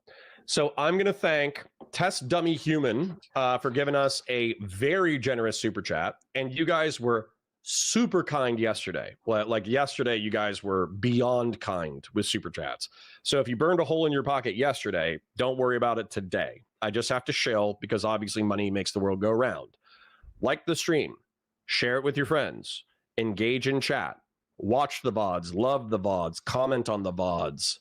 Then super chats if you got them, memberships if you got them. I parasocially love you. Thank you for being here. We watch Mark Maron talks about Austin, Texas, calling Californians who move there the Israelis of Americans. Californians are really the Israelis of America? True. 24 karat gold. Le beau beau. It's gross. It's so perfect for Trump. You say, is this a fucking W for the admin or a W for the country? We lost them. If we had it depends. Only time will tell. We're ruining the remaining water supply. We're just poisoning people. We're fucking burning the planet to the ground so that people can make so people can jerk off to grok. We're considering it, yeah, because the crime is ridiculous. It really seems like he should have more qualms about an authoritarian attempting to unilaterally seize territory, but I will defend big balls. I think we kind of get the point. So I'm going to let this roll for a little bit. I'm going to take a few more jabs at Hasan, but I think we get the point that Hasan's fucking commentary sucks. So I might actually fast forward to like, I don't know, the last 10 or 20 minutes if there's any. As a matter of fact, let's go ahead and do that because we will likely find something worth engaging in when this guy starts making points. Oh, there's Rashida Tlaib. Let's take a look at that. But effectively, I think this is Rashida Tlaib. Yeah, because Ilhan Omar is the Somali girl, and this is the Palestinian girl. Yeah, I think this is Rashida Tlaib. But anyways, the point is that in reference to, I'm kind of waking up now. The caffeine's actually kicking in a little bit. Oh, that's nice. I think we get it. Hasan's commentary sucks. And in reference to Trump becoming an authoritarian, as a lefty, shouldn't you be freaking the fuck out that he's like nationalizing the police? Also, I'm going to go ahead and do better commentary than Hasan ever fucking will right now. Guess what? We're going to blow him out of the fucking water. I should have 10,000 fucking live viewers. Fuck Hasan. Look at this. Murder rate by year since 1990. We could do 1900. Shit, I'll do 1900. Why not? So look at this shit. This is homicides. Here's the homicides during the gangster era, 1900s to 1920s, where everybody was like moving booze and Al Capone and all that bullshit. And the homicide rate in the United States was around 10 per 100,000. Well, what happened in 1940 is we started engaging in World War II. So there's a post-war drop where effectively what happens is the population has been at war for a while. And so I think there's like a cultural thing, like here's the veterans returning where they probably kill a few people just because they're veterans and they're doing hardcore crazy shit. But then it stabilizes and society kind of stabilizes through the 60s. And then boom, we get a huge spike. And this is the drug war. So this is people in South and Central America figure out that they can industrialize drugs. And so they start mass producing and importing drugs into the United States of America. And so as a result, there's a shitload of territorial wars over drugs. If this was the war, a war for and on alcohol, then this is the war for and on drugs. And then boom, we have the era of mass incarceration. We improve our medical technology and we create video games. And then whop, we cut violence back in half. I also wonder if this is like a generational population thing, because the boomers, the World War II generation was pretty big. The boomers were a pretty big generation, but everybody was raising the kids. And then the boomers came up. So I do wonder if the boomers, as they became adults, if they're such a large generation, if we're in a generational dip, and if this generational dip is because of Gen X, because I think the generations leapfrog. I think there's a small generation, then a big generation, then a small generation, then a big generation. So that might correlate with violence statistics as well. But the whole point is that we are actually in a violence statistics slump. So Donald Trump using the out of control crime as a reason to do a National Guard crackdown is fucking crazy. It's actually legitimately insane. So taking a look, I think I was here. Liaison says, I watch streams from people I don't agree with all the time. I think my main gripe with Hasan personally is that I don't think he's a good watch or listen. That's my problem with him too. He's actually just not that entertaining. Eli Gray says, I think it's funny European countries acknowledge Jews are an ethnicity, but in the US only the anti-Semites and racists do. And Connor is an honorary Jew. We make fun of ourselves. It's a prerequisite based. Christian Valera says, I don't feel California is that alcoholic, but then again, I don't think about the wine-addicted housewives. Prozac seems like a culprit too, for sure. Alexandru Vazushu says, to enforce my point, all you right-wing friends, a big chunk, maybe even a majority of people thought worse things before the internet existed. I agree. I have some like super hardcore redneck friends, and they told me about the way they were raised. Dude, when I say that I have redneck friends who unironically thought they were taught by their family that black people were like irredeemable, evil savages as they were growing up, that was a shitload of people. And the only reason why they became less racist is because they grew up and met black people. Alexandru Vizushu says, lefties are not scared of what Trump is doing because they want to do it themselves. They see it as him doing the prep work for when they take over. Well, that's scary as fuck. Hippopotades is blowing Hasan out of the water. Connor channeling his inner Houthi. True. Hippopotades says, also likely less young males around as a bunch got killed, which was also likely cause of a homicide rate drop. I agree. It could be generational. It could be related to war. It could be related to the war on drugs. I would have to do more anthropological analyses. Webtoon says, please retweet the shit out of Hasan cheering on the arrest of Adam Schiff. We should strive to show Democrats that he's cheering on for their arrest. I guess. If there's a specific tweet that's popping off, I'll find it. I'll retweet it. I see you. I see you, brother. I see you. All right. Anyways, quick show. Like the stream. Share it with your friends. Engage in chat. Watch the VODs. Love the VODs. Enjoy the VODs. Super chats if you got them. Memberships if you got them. My parasocially love you. Thank you for being here. Let's go. Like, the party has their back. Fantastic. They wanted to campaign with Liz Cheney. Kamala did 3 campaign stops with Liz Cheney and gave no concessions in exchange. It was entirely about the importance of stopping Trump. I mean, I True. watched them botch the minimum wage and botch environmental protections. There were... Oh, thanks, Anonymous. 7 words or more in the comment promotes the VODs, more in the algorithm. Parasocial love, the grill hottest. Anonymous, seriously, thank you for your comments on the VODs. Anonymous is a loyal soldier of the grill hottists. He goes into the VODs, and I think he says something similar where he's like, 7 words promote algorithmic growth, parasocial love. And he leaves that in not all the VODs, but he leaves that in the VODs that he watches. Thank you, Anonymous Chatter, and thank you for the super chat. Deeply appreciated. Constantly like a revolving villain structure within the Democratic Party that would consistently spoil bills. For some reason, one Democrat voting against something is evidence of conspiracy, but every Republican of voting against something is just praxis, I guess. I mean, I think it comes down to the fact that there are people like me and others that don't take corporate PAC money. And, we, you know, I'm not... Oh, I wasn't considering you a spoiler. I was considering like the centrist Democrats who... He says, unrelated, but Destiny's mod teams all suck ass. Well, I'm assuming they're getting a little band heavy with the drama, I'm sure. And or anti-fan stuff, I'm sure. President Biden produced more fossil fuels than any president prior. He did. He also used that to push construction of more renewable energy sources than at any time previously, and to exclude that denies crucial context. Democrats are really good about keeping power and trying to keep power, but not using power. More shitting on Dems. They don't give a shit about the Democratic base. The so-called, I know you call them centrists. I mean, they're Republican-like folks within the Democratic caucus. You know, I'm not. Oh, I wasn't considering you a spoiler. I was considering like the centrist Democrats. Though unintentional, that answer is quite revealing about how she sees herself compared to the rest of the party. She's at the end of the horseshoe and she's just reaching across the aisle. Israel's genocide of the Palestinians in Gaza. Talib nods when Hasan says there's no democracy. Because a lot of people are realizing, oh, there is no democracy at all. It doesn't matter what our voices, it doesn't matter how loud we yell. First of all, there is no fucking strategy in genocide. Either you're against it or you're not. Okay, but the strategy is how you stop the genocide. I think that True. Ta-Nehisi Coates said it best. Yeah. If you can't trust them to stop a genocide, what makes you think that they'll save democracy here in America? Saving democracy is not the job of politicians. It's the job of the electorate. Every time people elect someone who doesn't seek to subvert the democratic process, they are saving democracy. What I like to call woke dual loyalty, where you're just like, oh, this person is. Bass and Bulba says, do I think they smashed? No. I get it. You're memeing, but no, I don't think they smashed. I think they just had fun.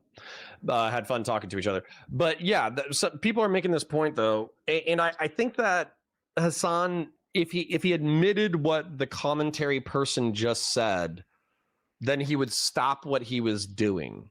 And what I mean by that is that if you talk to a MAGA person, if I talk to Phil Labonte, for instance, a guy who's on the Tim Pool show, and I've hung out with him, I think he's earnest in what he believes.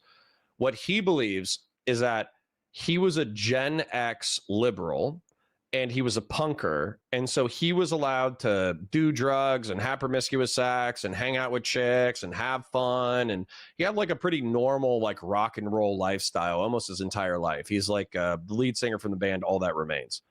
But what he noticed over the past decade or two is that in the 90s, the moral busybodies who were constantly trying to police everybody's behavior was the right wing. It was the Christians.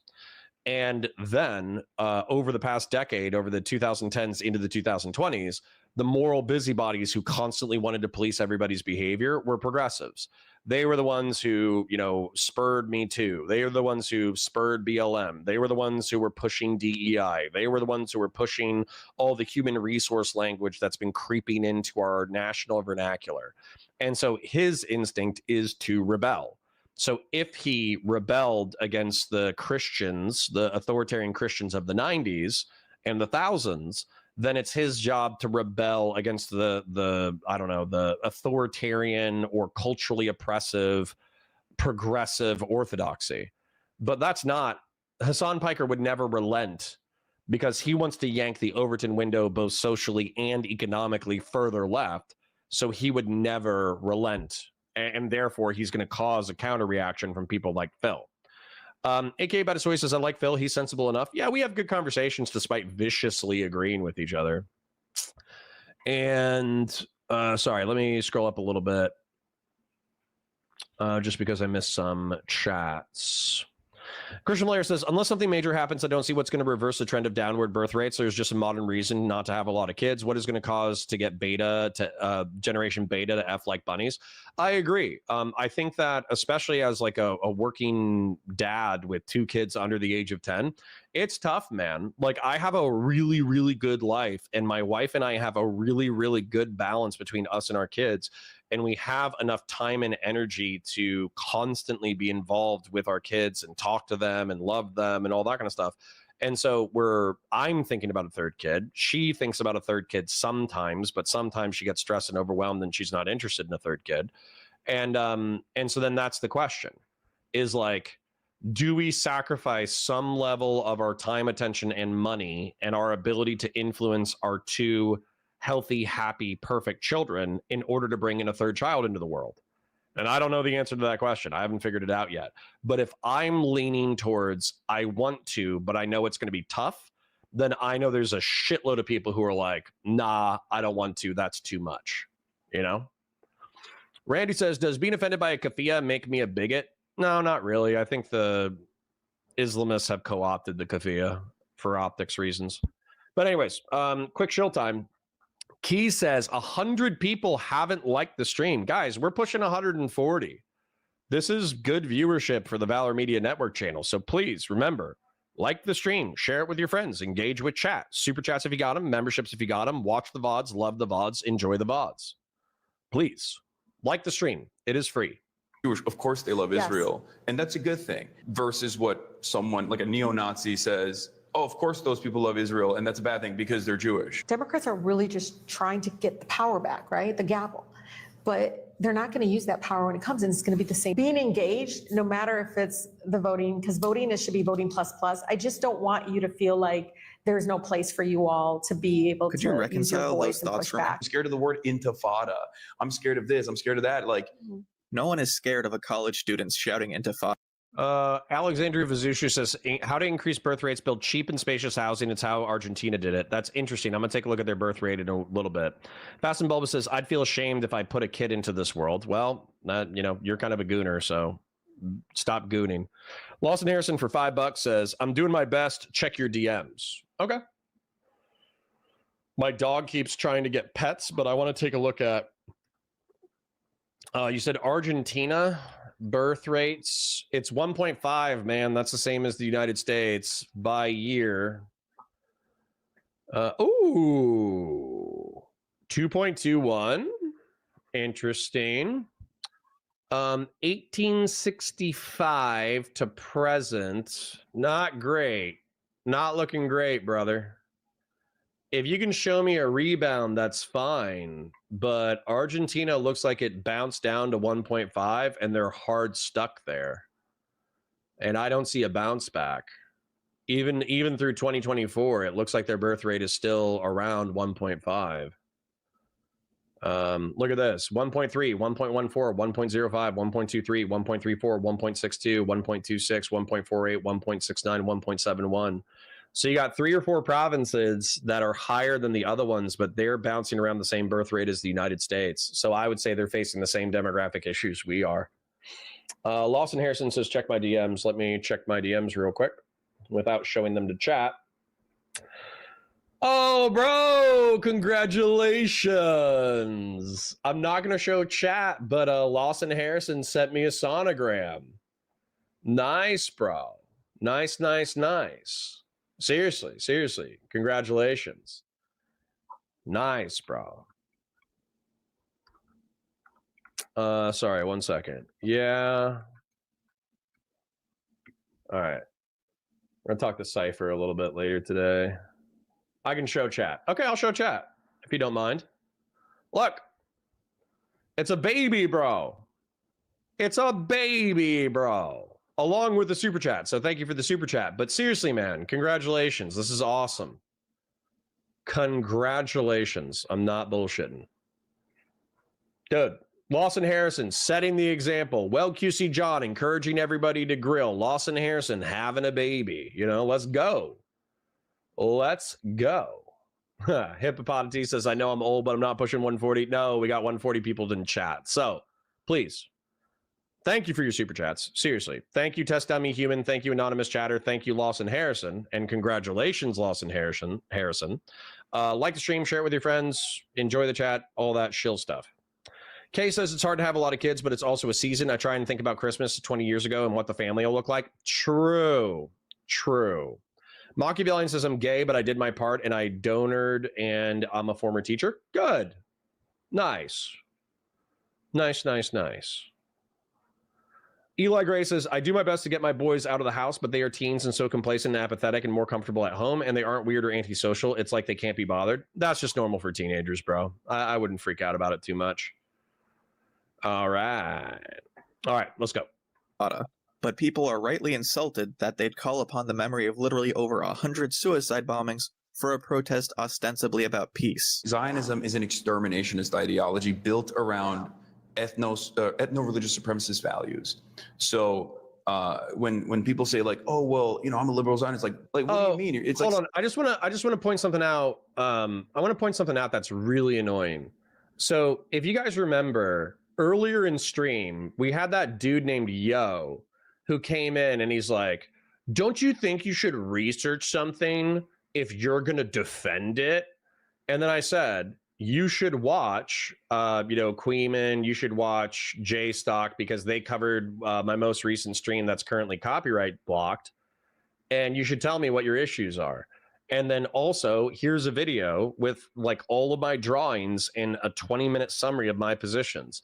And instead of coming back in and being like, here's a position I disagree with, this is why I think you're wrong, he just disappeared. Like, dude, how weak of an anti-fan hating ass movement is it that you can't articulate any real disagreement? All you can say is Destiny's bad, don't associate with him, he's a bad guy. But when I say, here's my 20-minute summary of what's going on, you got fucking nothing. Embarrassing.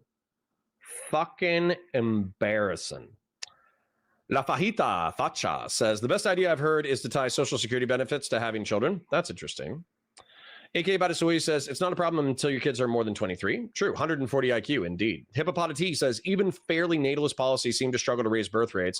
I'm somewhat inclined to think we have accepted declined birth rates in the short term and midterm and use automation to help.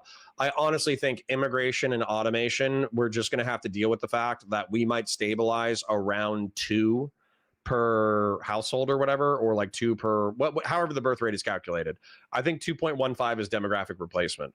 But we just might have a shrinking human population on the planet, which is actually good because that might help us achieve some level of homeostasis with the planet. But additionally, we should use automation to make sure that our quality of life remains similar or even substantively improved as a species. Acoustic says, it's getting a bit old seeing the same Hasan stuff over and over again, and it hasn't moved the needle. On what? On what? Saying you're like a liberal Nazi. I wonder what her Jewish constituents would feel about that. The interview ends, and the funniest thing happens. We don't really have a formal democracy at this point. We are going to elect a socialist mayor. We don't really have a formal democracy. I'm running for re-election. We don't really have a formal democracy. And even when we don't win, there is no democracy at all. Hasan meets some of his fans. After that, he meets up with the hosts of the Jam Pod for a school supply drive. We're going to go get some food. Aw, this is what I want to do. This is what I want to do. Oh, I'm a Hasan hating ass bitch. But this is the kind of community shit I want to do. I want to go out into the community and do a fucking school toy drive. I want to do fucking charity events. I want to feed the homeless. I want to do all that shit. Food now. Bull Connor held significant influence in Birmingham and used it to disrupt and harass civil rights organizers. However, Connor's power was dependent on winning elections. And so Martin Luther King and others would strategize to make sure Connor would no longer stand in the way of their movement. I am so happy this stream is so short. Not even an Amias Real High can bring me down. We're going to be listening to an interview. AF Racing says, Connor, formal request to watch Professor Dave's latest video on AI. Formally denied. AI generates porn and the destruction of the planet, and I can't be bothered to give a shit. You can tell me what's interesting about it, but realistically, dude, like it's such a weird technology. AI is such a weird technology that it just hasn't settled yet, so I don't even know what to make of it. With Jonathan Greenblatt, the head of the ADL. Ah, boy. A little bit worried. It's all the same talking points. The last 5 days, he's just saying the same thing over and over again, and I'm extremely tempted to just roll through, but... Once the British Empire took over British Mandate Palestine, they basically engaged in a settler colonial operation by sending as many Jewish people to this area as they possibly could. And they did that for a deliberate purpose, to create a settler colony that could be controlled and maintained in this resource-rich region. So to begin, the Balfour Declaration of 1917, named for Sir Arthur Balfour, was Britain's written support for the creation of a national home for the Jewish people in Palestine. Prior to this, there were waves of Zionist immigration from across Europe wherein Jews would purchase land. Listen, I'm not actually saying AI is bad, okay? Jesus Christ, guys. I'm memeing, but I am tired, so I understand that I probably have a particularly dry voice. Okay, the reason why AI is cool, because right now with large language models, you can have a really complex conversation with a really complex mirror of your own curiosity. So I think large language models are pretty cool, and I think they're pretty cool as research tools. Now, that being said, I encourage you to be critical thinkers because I have found LLMs and AI Google results to be inaccurate, and you have to double check the information that's lying underneath if you think something sounds off. That being said, LLMs will probably just get better with time, and they'll be very cool. When it comes to robotics and automation, I would not be surprised. Right now, they're using AI in order to drive drones and bipedal and quadrupedal vehicles, like robots, like the dog robot and the Boston Dynamics robots and all that kind of stuff. So if they use AI in order to build androids, like human robot hybrids driven by AI, who are capable of making our lives easier, then that'll be dope. However, I think we run into a scarcity issue in reference to like metals, batteries, lithium, all that kind of shit. And so what I'm worried about is that effectively, like, the people who can afford it are going to run away with like a super high technology society.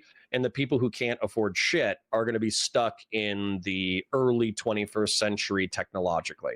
Now, that's still cool. We have a lot of really awesome technology, but I think that, like, if you actually want those like techno-futurist cities, like, remember, does everybody remember like iRobot? It's like a Will Smith robot city. And by the way, when was iRobot set? It was set in 2035, okay, in Chicago. iRobot highway scene. So not only do they build all these like crazy android robots that have the capacity to do anything really, like help with work, but you could also hypothetically use them in combat, and that's how they use them. But look at this. This is supposed to be set in Chicago, and yet there's brand new highway. The vehicles have like these like round wheels that allow you to travel quickly in any direction. The automated driving systems work perfectly to the point that almost no human uses. They basically don't use, they don't drive cars manual anymore. Like Will Smith is the only person who drives a car manually in the world. And so as a result, if we want to get there in 10 years, look at all the shit we have to build. You know what I'm saying? Think of all the technology we have to master in the next 10 years just to make this like vague near future sci-fi world happen. And this isn't even that crazy. So anyways, I guess that's my beef, is that simultaneously AI is so advanced and also so primitive right now that we just have no idea what the fuck it's going to do. You know what I'm saying? You know what I'm saying? AI bad because it generates porn? No, and obviously like AI generated porn that is more ethically like let's say that we got every attractive woman ever, you know, to not every attractive woman ever participating in pornography, but let's say that the internet or the AI internet figured out how to project every attractive woman ever, and they also figured out how to create like complex pornographic sex scenes to the point that real world flesh and blood sex workers no longer needed to exist. And so as a result, you substantively decreased the demand for women who are trafficked and abused and all that kind of stuff. Yeah, of course, that's a good thing.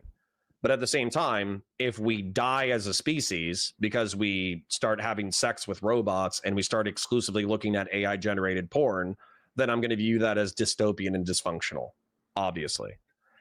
Eli Grace is very sus that Faro did to the other kids. She adopted at least 3 are dead. Jesus, who are we talking about?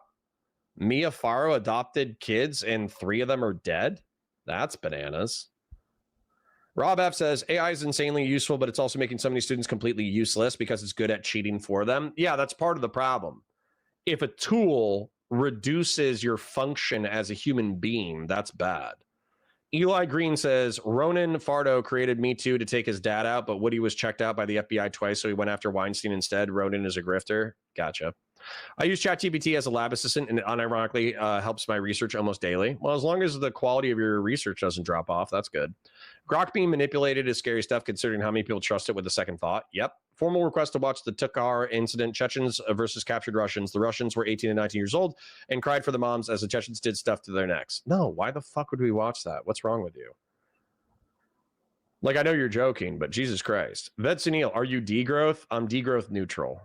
As long as we survive as a species, I don't give a shit. And as long as we conquer the stars, I don't give a shit. Eli Gray says, AI is more dangerous for entertainment. There are awesome segments from CBS Saturday where Rick Beta, YouTube streamer and IRL producer, made a pop song in 2 minutes with AI that's gone viral from CBS. Huh, that's interesting. Randy says, from a populist perspective, if a politician's only function is to push popular will, we might as well replace our entire political structure with AI. Yeah, I guess. Yep. Can you watch the CBS streams? The AI segment from CBS Saturday is crazy and interesting. I'll watch the song. I want to hear the song. Anyways, vegan porn. Hedonic Treadmill says vegan porn is what Mr. Girl called it. Too bad he's a... Oh, okay. That's funny. That's crazy. Vegan porn. That's hilarious. All right. Anyways, back to it. Hippopotamus says one issue with LLMs though is that they just spit back your biases and you'll try to please you rather than what you actually need, which is someone to call out one's own R slurred. Yeah, absolutely. I do find that LLMs are biased towards the author, obviously, because they're designed to please humans. Anyways, like the stream, share it with your friends, super chats, memberships, watch the VODs, enjoy the VODs, love the VODs. Let's go.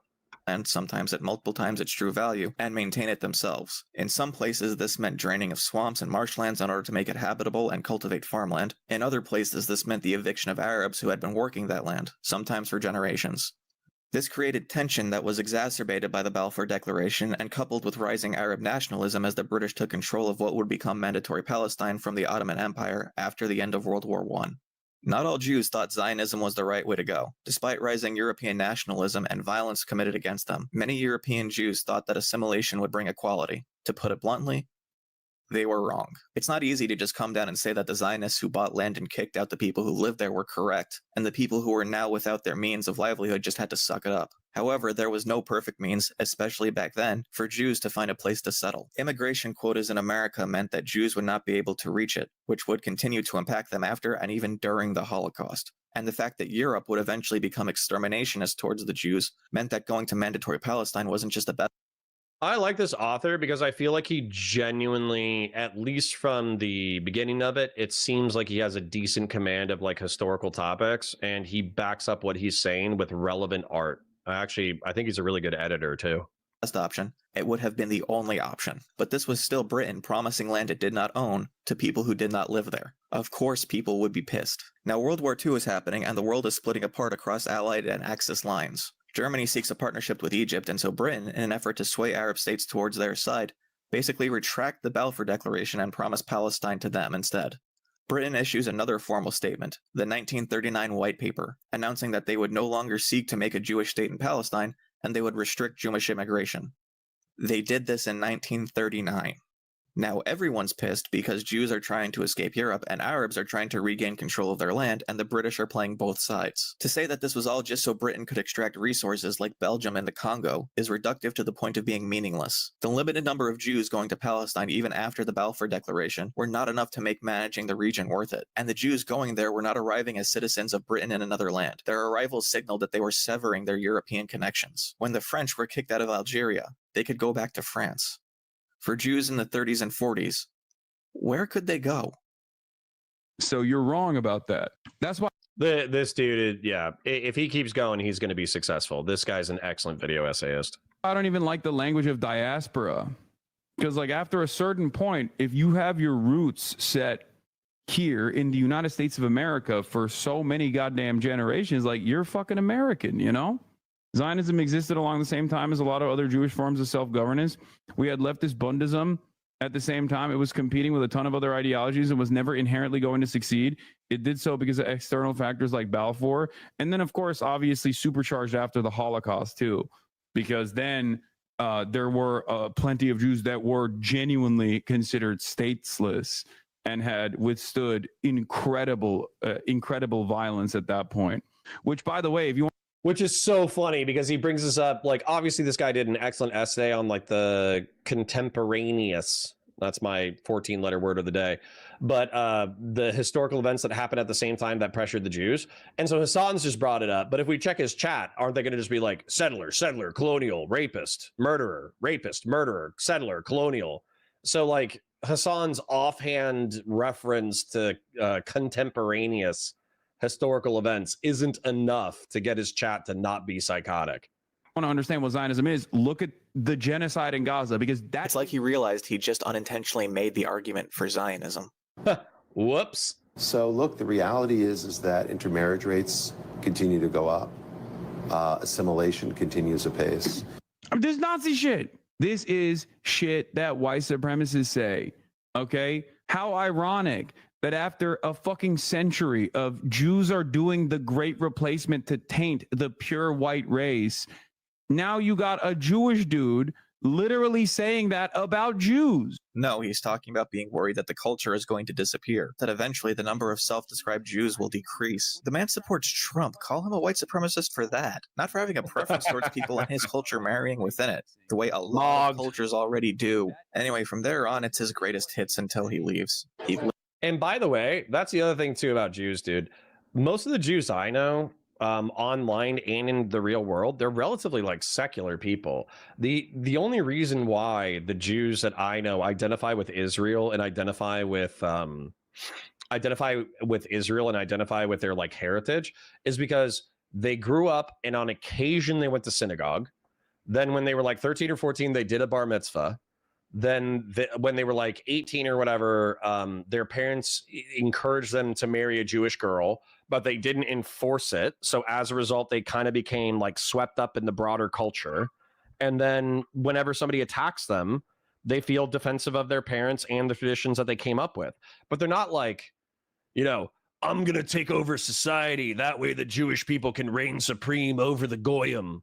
Like I've never had a Jewish friend who told me about like that he's actually like an ethno-religious superior to me, and that he is engaged in the ethno-religious project of dispossessing whites in order to maintain Jewish supremacy. And what's so funny too is half of them are fucking married outside of the religion, outside of the culture, and they have people outside of the religion. They have like families that are outside the religion and outside the culture, and they don't even raise their own kids in Judaism. They're just defensive of their parents. So, anyways, sorry. I just had to defend like the chill Jews of the world, because there's like I've met more chill Jews than I've met ethno-religious supremacist Jews by a factor of like 1,000. Licks the bean. Ick. It is on. Yeah. He goes back to his hotel room and does more Israel news. I'm gonna go wash my hands and pee. And when an Arab Jew gets interviewed about Gaza, something interesting happens. We need to finish now all the terror. If the name is Hamas, now we must. Dude, that's so funny. Like this dude is a unk, bro. He looks identical to like half of the fucking Uber drivers we met today. You know he's Arab too. I mean Jewish, but Arab Jewish.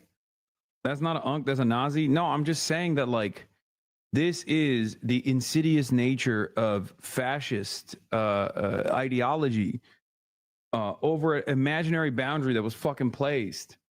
Like there ain't no way you'd know until he opened his mouth. You would never know. Hasan actually pushes back.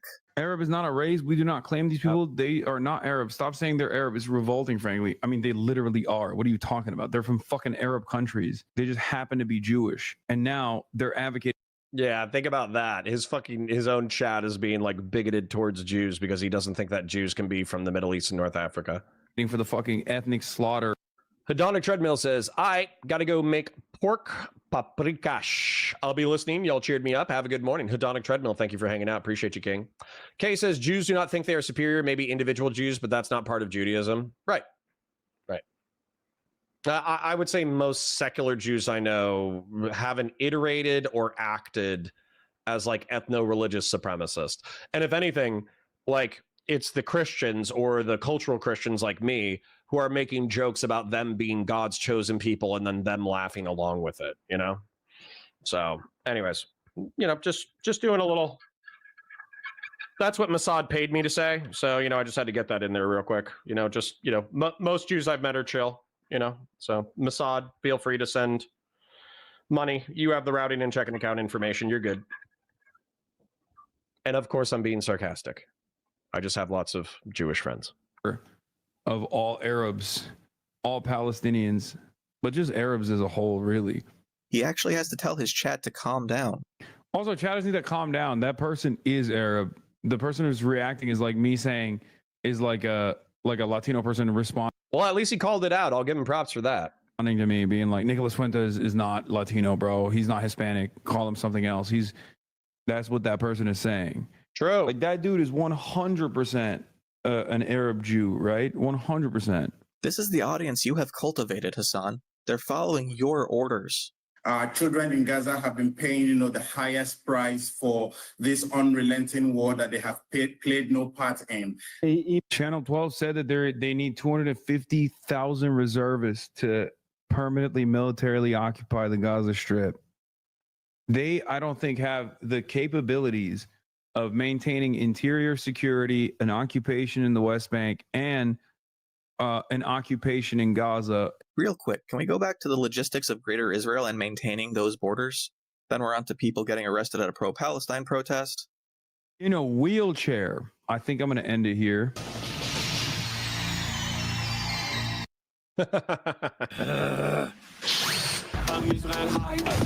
All right, we're almost there, guys. We're almost there. We skipped half of the video, but we're almost there. Israel is directly at war with the truth. Israel is not even allowing Western press and Western media to enter the Gaza Strip. I mean, this is disgusting, right? This is like blatant Nazi propaganda. It's Holocaust denial. If Israel's standards for what constitutes a valid military target was applied, then you can't say anything that happened on October 7th is a fucking war crime. Like literally, what do you mean? You could literally out of here. Anything that happened on October 7th is a constitution. Sorry, that is just like exactly. Where's Doobie?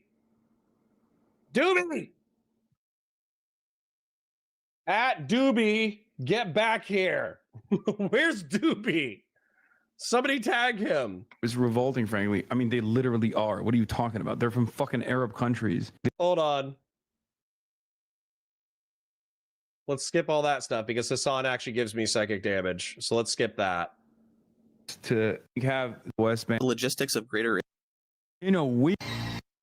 All right, here we go. Here we go. Somebody tag Doobie. So 4928 of the video. Okay. Tell me I'm hallucinating. Please, for the love of God. Tell me that I'm hallucinating. Tell me that I'm schizophrenic. Tell me that there's nobody else in chat. You guys are a figment of my imagination. Please tell me that. Listen to this part. I'm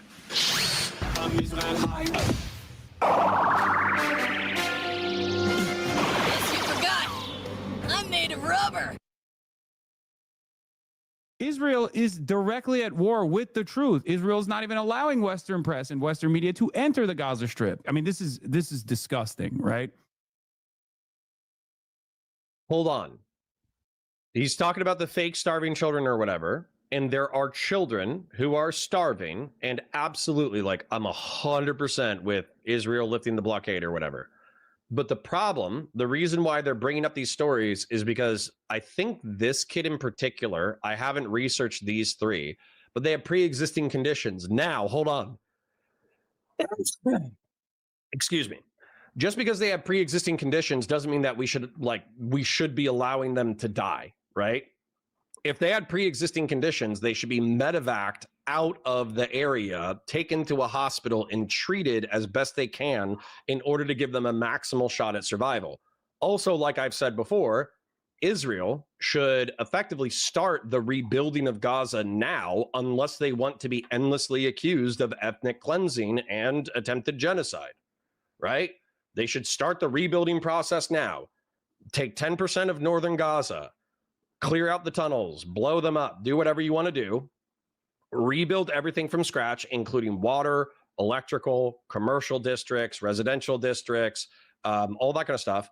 Vet all of the people that you are moving back into it by doing researches, family history, talking to them in Arabic and saying like, hey, we're going to bring you into this area, but if you attack us, we're going to fuck you over. And then start moving people back in, right? We could start this process now. We're just not going to. So hold on. So let's see what Hasan is saying based off of the targeting criteria. This is like blatant Nazi propaganda. It's Holocaust denial. If Israel's standards for what I would like to see, in order to say that it's Holocaust denial, I would want him to address each one of the individual stories. Constitutes a valid military target was applied, then you can't say anything that happened on October 7th is a fucking war crime. Like no.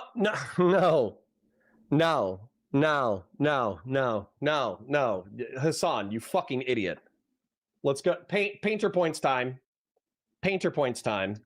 I realized how powerful paint is. Okay. 1230 to 1400. All right, cool.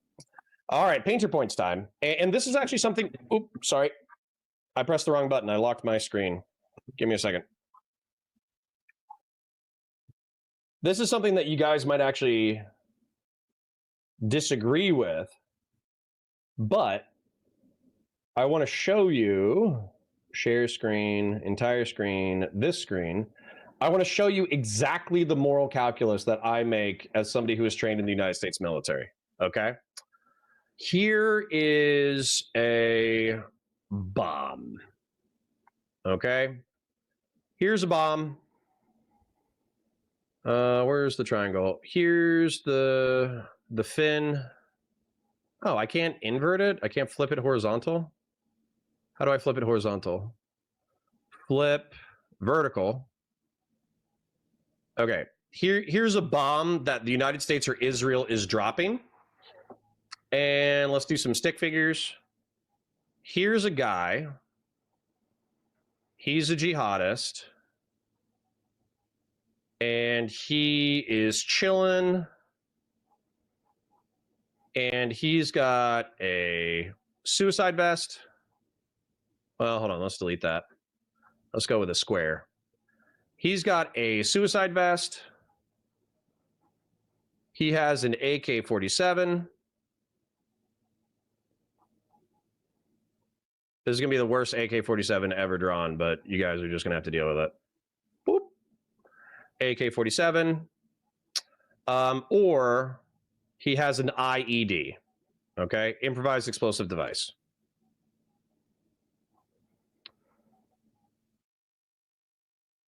Perfect. Now, here is a woman. Let's go ahead and give her the triangle body so you know that she's a woman. We'll make her nice and dainty and dignified. Here's a woman standing next to the guy with an IED. And let's go ahead and draw a child while we're at it. Here's little Timmy. Little Muhammad Timmy. Okay.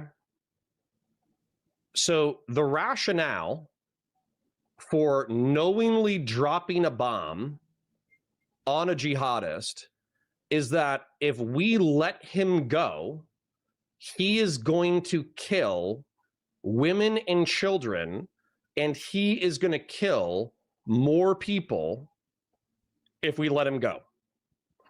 That's the whole line of argumentation, is that, yep, we might kill some women, we might kill some kids, we might even kill some military-aged males, but realistically, we're trying to minimize the total amount of deaths. What happened, though, on October 7th, which is really, it's funny that I have to even describe this, but I swear to God, like, jihadist apologists are so fucking stupid that it actually has to be explained. So here's a guy. Let's get the triangle so we know that it's a woman. Triangle woman.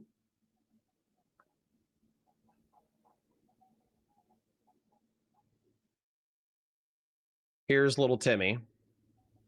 Or in this case, little Elias Timmy, you know, little Jewish Timmy. And so on October 7th, 2023, oh, and then let's draw an IDF soldier, okay? Real quick. Let me get to black. And, well, actually, I could just do it. I could just make the man. Just know that there's male civilians, like military-aged men who are also civilians who are deserving of moral consideration. But basically, for this thought exercise, we're just going to, for the sake of not drawing a civilian man, just go with the fact that the man is the man is armed. Okay. So, oh, go back to black. Black. Nope. That's not what I want. How do I do this? Here we go. Draw that out. People need to stop texting me. I love you, but please stop texting me. Okay.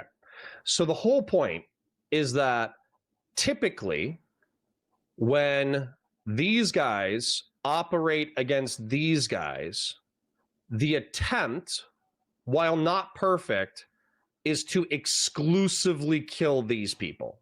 Okay? It's to only take out this guy. That's the target. The problem, though, is that these guys, because they're fucking douchebags, sorry, let's do this one.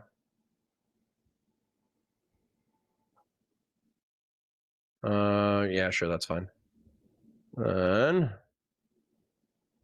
these guys, because they're fucking douchebags, come on, man. Help a brother out. This should be like self-explanatory, but I swear to God, like Zoomers have been listening to people like Hasan Piker for a decade. So they think it's morally equivalent to try to bomb a fucking jihadist and as a result of collateral damage, accidentally kill women and children. Whereas if you shoot men, women, and children, these actions are morally equivalent. They are not morally equivalent. I'll go ahead and put that in here. Not morally equivalent. I kind of can't believe that I have to explain this, but I swear to God, so many people are just like, yeah, actually, these are the same things. And it pisses me off to no end. It really does. Not morally equivalent. And then let me bring that here. Does everybody understand my diagram? Because I'm going to keep this on file for why warfare isn't morally equivalent. This is consequentialist brain rot. When you say that targeting this guy but accidentally killing women and children is the same as intentionally killing men, women, and children, you're a fucking dumbass. All right. Anyways, I'll just keep that in my back pocket for now. And I'm going to check in my chat real quick because I love drawing. Nenu says, what is always slightly disgusting is that almost everyone I have met who are hung up on Israel being an ethno-state deny Jews being a nation. True.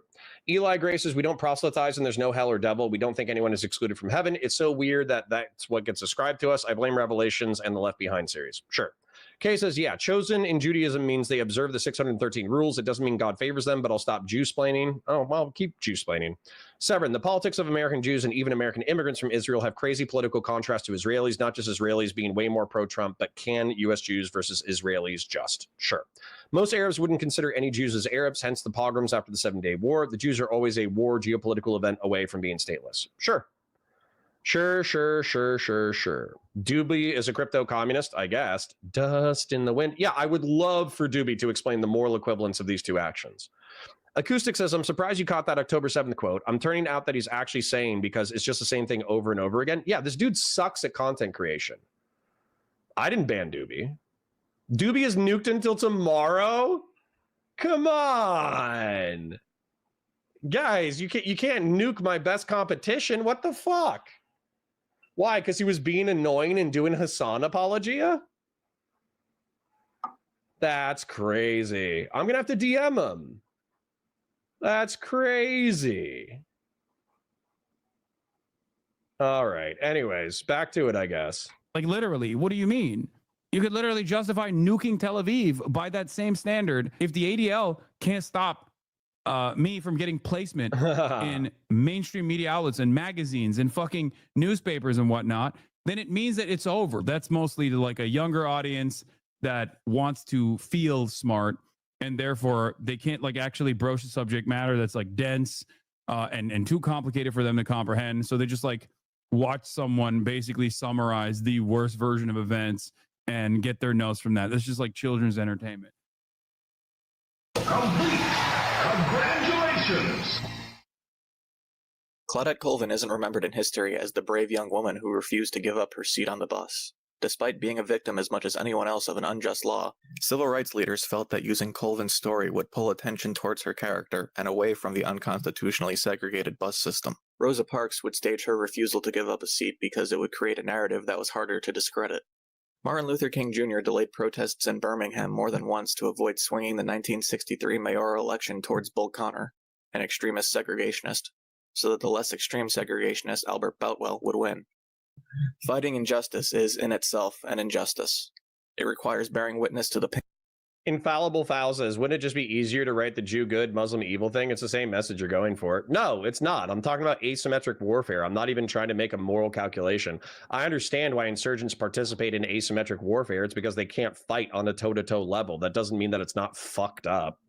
Fast and Bulbous for $5 says, do you think after your combo with Ryle Kittenhouse, he punched a wall and did he go back to old reliable? Yeah, dude. Ryle Kittenhouse, by the way, fucking over here saying, Connor, don't spread false information about me. Don't spread my failed docs. Don't spread my information, blah, blah, blah, blah, blah.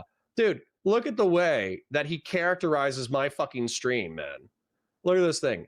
Most degenerate orbiter. Top conservative question mark. Destiny orbiter explains why it's not big deal to distribute CSAM. Dude, fuck Ryle Kittenhouse. Now, I'm not saying he deserves to be doxxed. He doesn't deserve to be doxxed or anything. But if this is your characterization of this content, I think you're a disingenuous piece of shit. Now, A-logging isn't, illegal. Having spicy thumbnails and spicy titles isn't illegal. But no offense, but 80% of this audience is dumb as shit. So if they actually think that this is a correct characterization of this stream, I think you're a fucking idiot. I think you're a piece of shit. Anyways, Fast and Bulbous, thank you for the $5. Do you think after the... Oh, that's actually why I brought that up. So I just want to shout out Test Dummy Human, Anonymous Chatter, Lawson Harrison, and Fast and Bulbous for your donos today. Greatly appreciated. Please remember to like the stream, share it with your friends, enjoy, engage in chat. What's the other one? Watch the VODs, love the VODs, engage with the VODs, super chats if you got them, memberships if you got them. Jedek says, look, I appreciate not reading Doobie's excuses for Hasan, even if Connor doesn't. All right. Severn says, who is the biggest influencer to Counterpoints? I don't know. Paint instructions unclear. Hit my shin on the table. Oh, you guys are crazy. Anyways. Conservatism says, is it accidental when you know you're targeting someone's home where their family lives, or is it just acceptable collateral damage? Well, the argument, I'll pull up my picture, conservatism. The argument is that this jihadist piece of shit, oftentimes, they're not only killing these people, they're killing their own fucking people, dude. So, like, I know that within this drawing, we had like, these are the Jews and these are the jihadists, but the jihadists also kill their own fucking people. They also kill their own women. They also kill their own children. They also kill their own military aged males, civilians. So the argument is that if you take out the jihadist, then there will be normal civilians there will be less overall death because you took this piece of shit out, even if you killed some women and some children. So you might not believe it, but that's the logic. Pain and suffering you want to prevent, as much as it requires taking action to end it. It takes incredible resolve, all for the sake of gaining the institutional power necessary to create systemic change that can last beyond one protest, one riot, one prison sentence. And at the heart of that resolve is compromise, with the people you want to save and the people who are hurting them, because ultimately, institutional power has to be ceded voluntarily for it to have legitimacy to the broader public. Fighting injustice is in itself an injustice. That's the lesson I want you to take away from this. Not that you're going to be disappointed with the results of your effort, but that your effort can actually change things for the better. Hasan promotes a worldview where you are morally obligated to reject compromise and coalition building because you somehow take on the sins of your allies. Hasan has spoken about Israel and Palestine near enough every day since October 7th, never changing the script, and despite having an audience larger than some entire US states, the most he has achieved is a couple of fundraisers. He has interviewed congresswoman and senator and mayoral candidate, but he cannot muster any genuine influence on policy via himself or his audience. He will talk at length about the influence of right-wing media and how Democrats need to use the same tactics as Trump, but he never actually puts those two things together as a form of concrete action. He just lets his... Can I just say that this is one of the, everybody's like, oh, like Nick DiOrio said this last night and it was kind of annoying. Via himself or... All right, real quick, because this is the interview. One second. He's talking shit about how you need to take the alt media. Stop. I want Destiny on screen. Okay. So imagine an alternative universe where Steven got on Vyvanse in 2020 instead of 2022. And we wouldn't have Mr. Girl, we wouldn't have Lavloon, which I think we would have lost out on some fantastic drama content. But we also would be avoiding all of the fucking sex shit that's going on right now, right? That actually is damaging Steven's reputation and is damaging his mainstream connections. But imagine, because Steven and Hasan are rivals, even if Hasan is bigger, right? Steven could do the canvassing operations. He could do a Democrat style TP USA. He could help with fundraising. He could do this. He could do that because he is that big. I'm not that entertaining, bro. I'm not going to lie. I got 150 people and I'm proud of my fucking numbers. I'm proud of the growth of the channel. I'm proud of the community that I've cultivated. However, I'm just not as big as these creators. And so if these creators actually got off their fucking ass, not Steven specifically, but more Hasan and Vosh, if they got off their fucking ass and they took 5 to 10% of the energy that they put into the stream and they put it into canvassing operations or volunteering operations or disaster relief or any of that kind of shit, it wouldn't change the world, but it would do a fuck ton of good. And it actually, like, it kind of depresses me a little bit that Hasan and Vosh are too fucking lazy to do it. And Steven has damaged his public reputation so bad that he might not be able to do it. Especially, like, I'm good with what Steven's done. I'm not good with it, but I'm okay. And I've made my peace with Steven's bad behavior from 2022. But that doesn't mean that more stuff can't come out. There could be more stuff that comes out that's just like, oh shit, well, you know, he actually is a serial killer. Whoops. You know, that's entirely possible. I don't hang out with Steven 24/7. I don't babysit Steven. I don't hang out in his Miami condo. I don't fucking check and make sure that all his Tinder dates are over the age of 25. You know what I'm saying? Only Steven can police Steven. So anyways, it's sad to me that in a time in which the MAGA Republicans have dominated alternative media and are currently dominating politics, the fucking two leftists are too lazy to do anything in the real world. And the one liberal is such a fucking gooner that he might have damaged his capacity to do anything in the real world. Yeah, Fatsimo says Steven is the Bay Harbor Butcher. For all I fucking know, you know? I'm going to be hanging out with Steve, going to the fucking range, having a good time, and then there's going to be like, breaking news, Stephen Bennell identified as the Bay Harbor Butcher. And I'm going to be like, fuck. You know what I'm saying? You know what I'm saying? Oh, volume. Cheering whenever someone else does something violent that they can get some vicarious catharsis from. And Kobe! And screaming whenever someone says, how about we stop fighting? Because it doesn't give them the same kind of dopamine hit. Criticizing Trump isn't enough to counterbalance that kind of ideological dysfunction. I know Trump is doing this out of pure malice. He can and has called Trump a Nazi, but that line of attack carries no weight without creating a clear difference between Trump being a Nazi. Oh, he's getting up there. Or Democrats.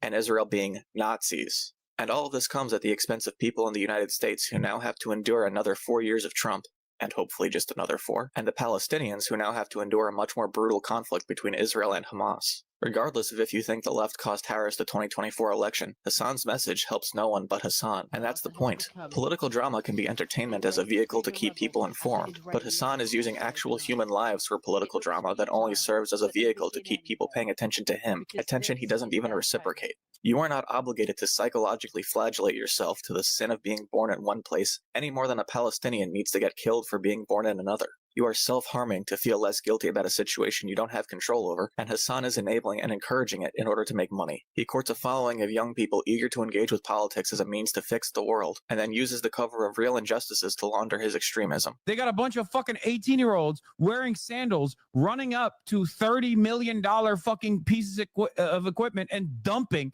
an IED in there going, I'm not fucking stupid and bloodthirsty. He puts his hatred of Israel over and above the real grave danger the Palestinian people are in as they experience starvation, oppression, and injustice as they are trapped between a group that sees them as a necessary sacrifice. What's my assessment of Fabian Liberty? He's smart, but he's so fucking annoying and obstinate. At the altar of Israel's destruction, and a military being led by someone who needs the war to continue to avoid going to prison. Hasan doesn't get rich like a capitalist by exploiting workers and overcharging for a product. He gets rich by exploiting his viewers' energy, the real effort that they could put into improving the world by convincing them that watching his streams is of equal value to engaging in a political system. If you give up now, as pressure is mounting, instead of still continuously trying to get more people on board. Because his streams do nothing, and he tells them that the system does nothing. There is no real democratic process here. And despite numerous terms of service violations, what the fuck are you gonna do, bro? He's still standing because of the value he has for Twitch and the relationship he has with Dan Clancy specifically. Bro, we're never beating the Hasan runs Twitch allegations after this. Bro. But at this point, it's gone too far, and Twitch has turned a blind eye for too long. So here it is, front and center. Shut up, go back to Auschwitz. Shut up, go back to Auschwitz. MK Lambert, thank you for the 50 gifted subs. Shut up, go back to Auschwitz.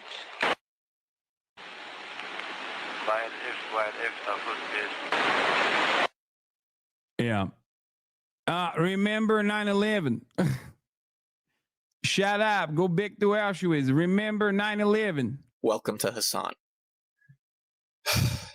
Yeah. Dude. I know it took a while, and I let that run a little bit longer than usual, but I genuinely feel that Conduit did a great job. Long live the new flesh. What is body horror? That's so funny, dude. Look at this. 400 views 3 weeks ago for a video essay about body horror. And I guarantee you, if he put as much effort into this one as he did that one, like hours of work.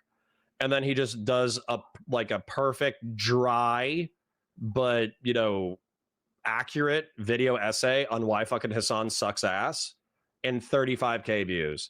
If this guy, like, I get that Twitch and YouTube politics is kind of like a small pond, so a lot of people don't want to limit themselves to Twitch and YouTube politics.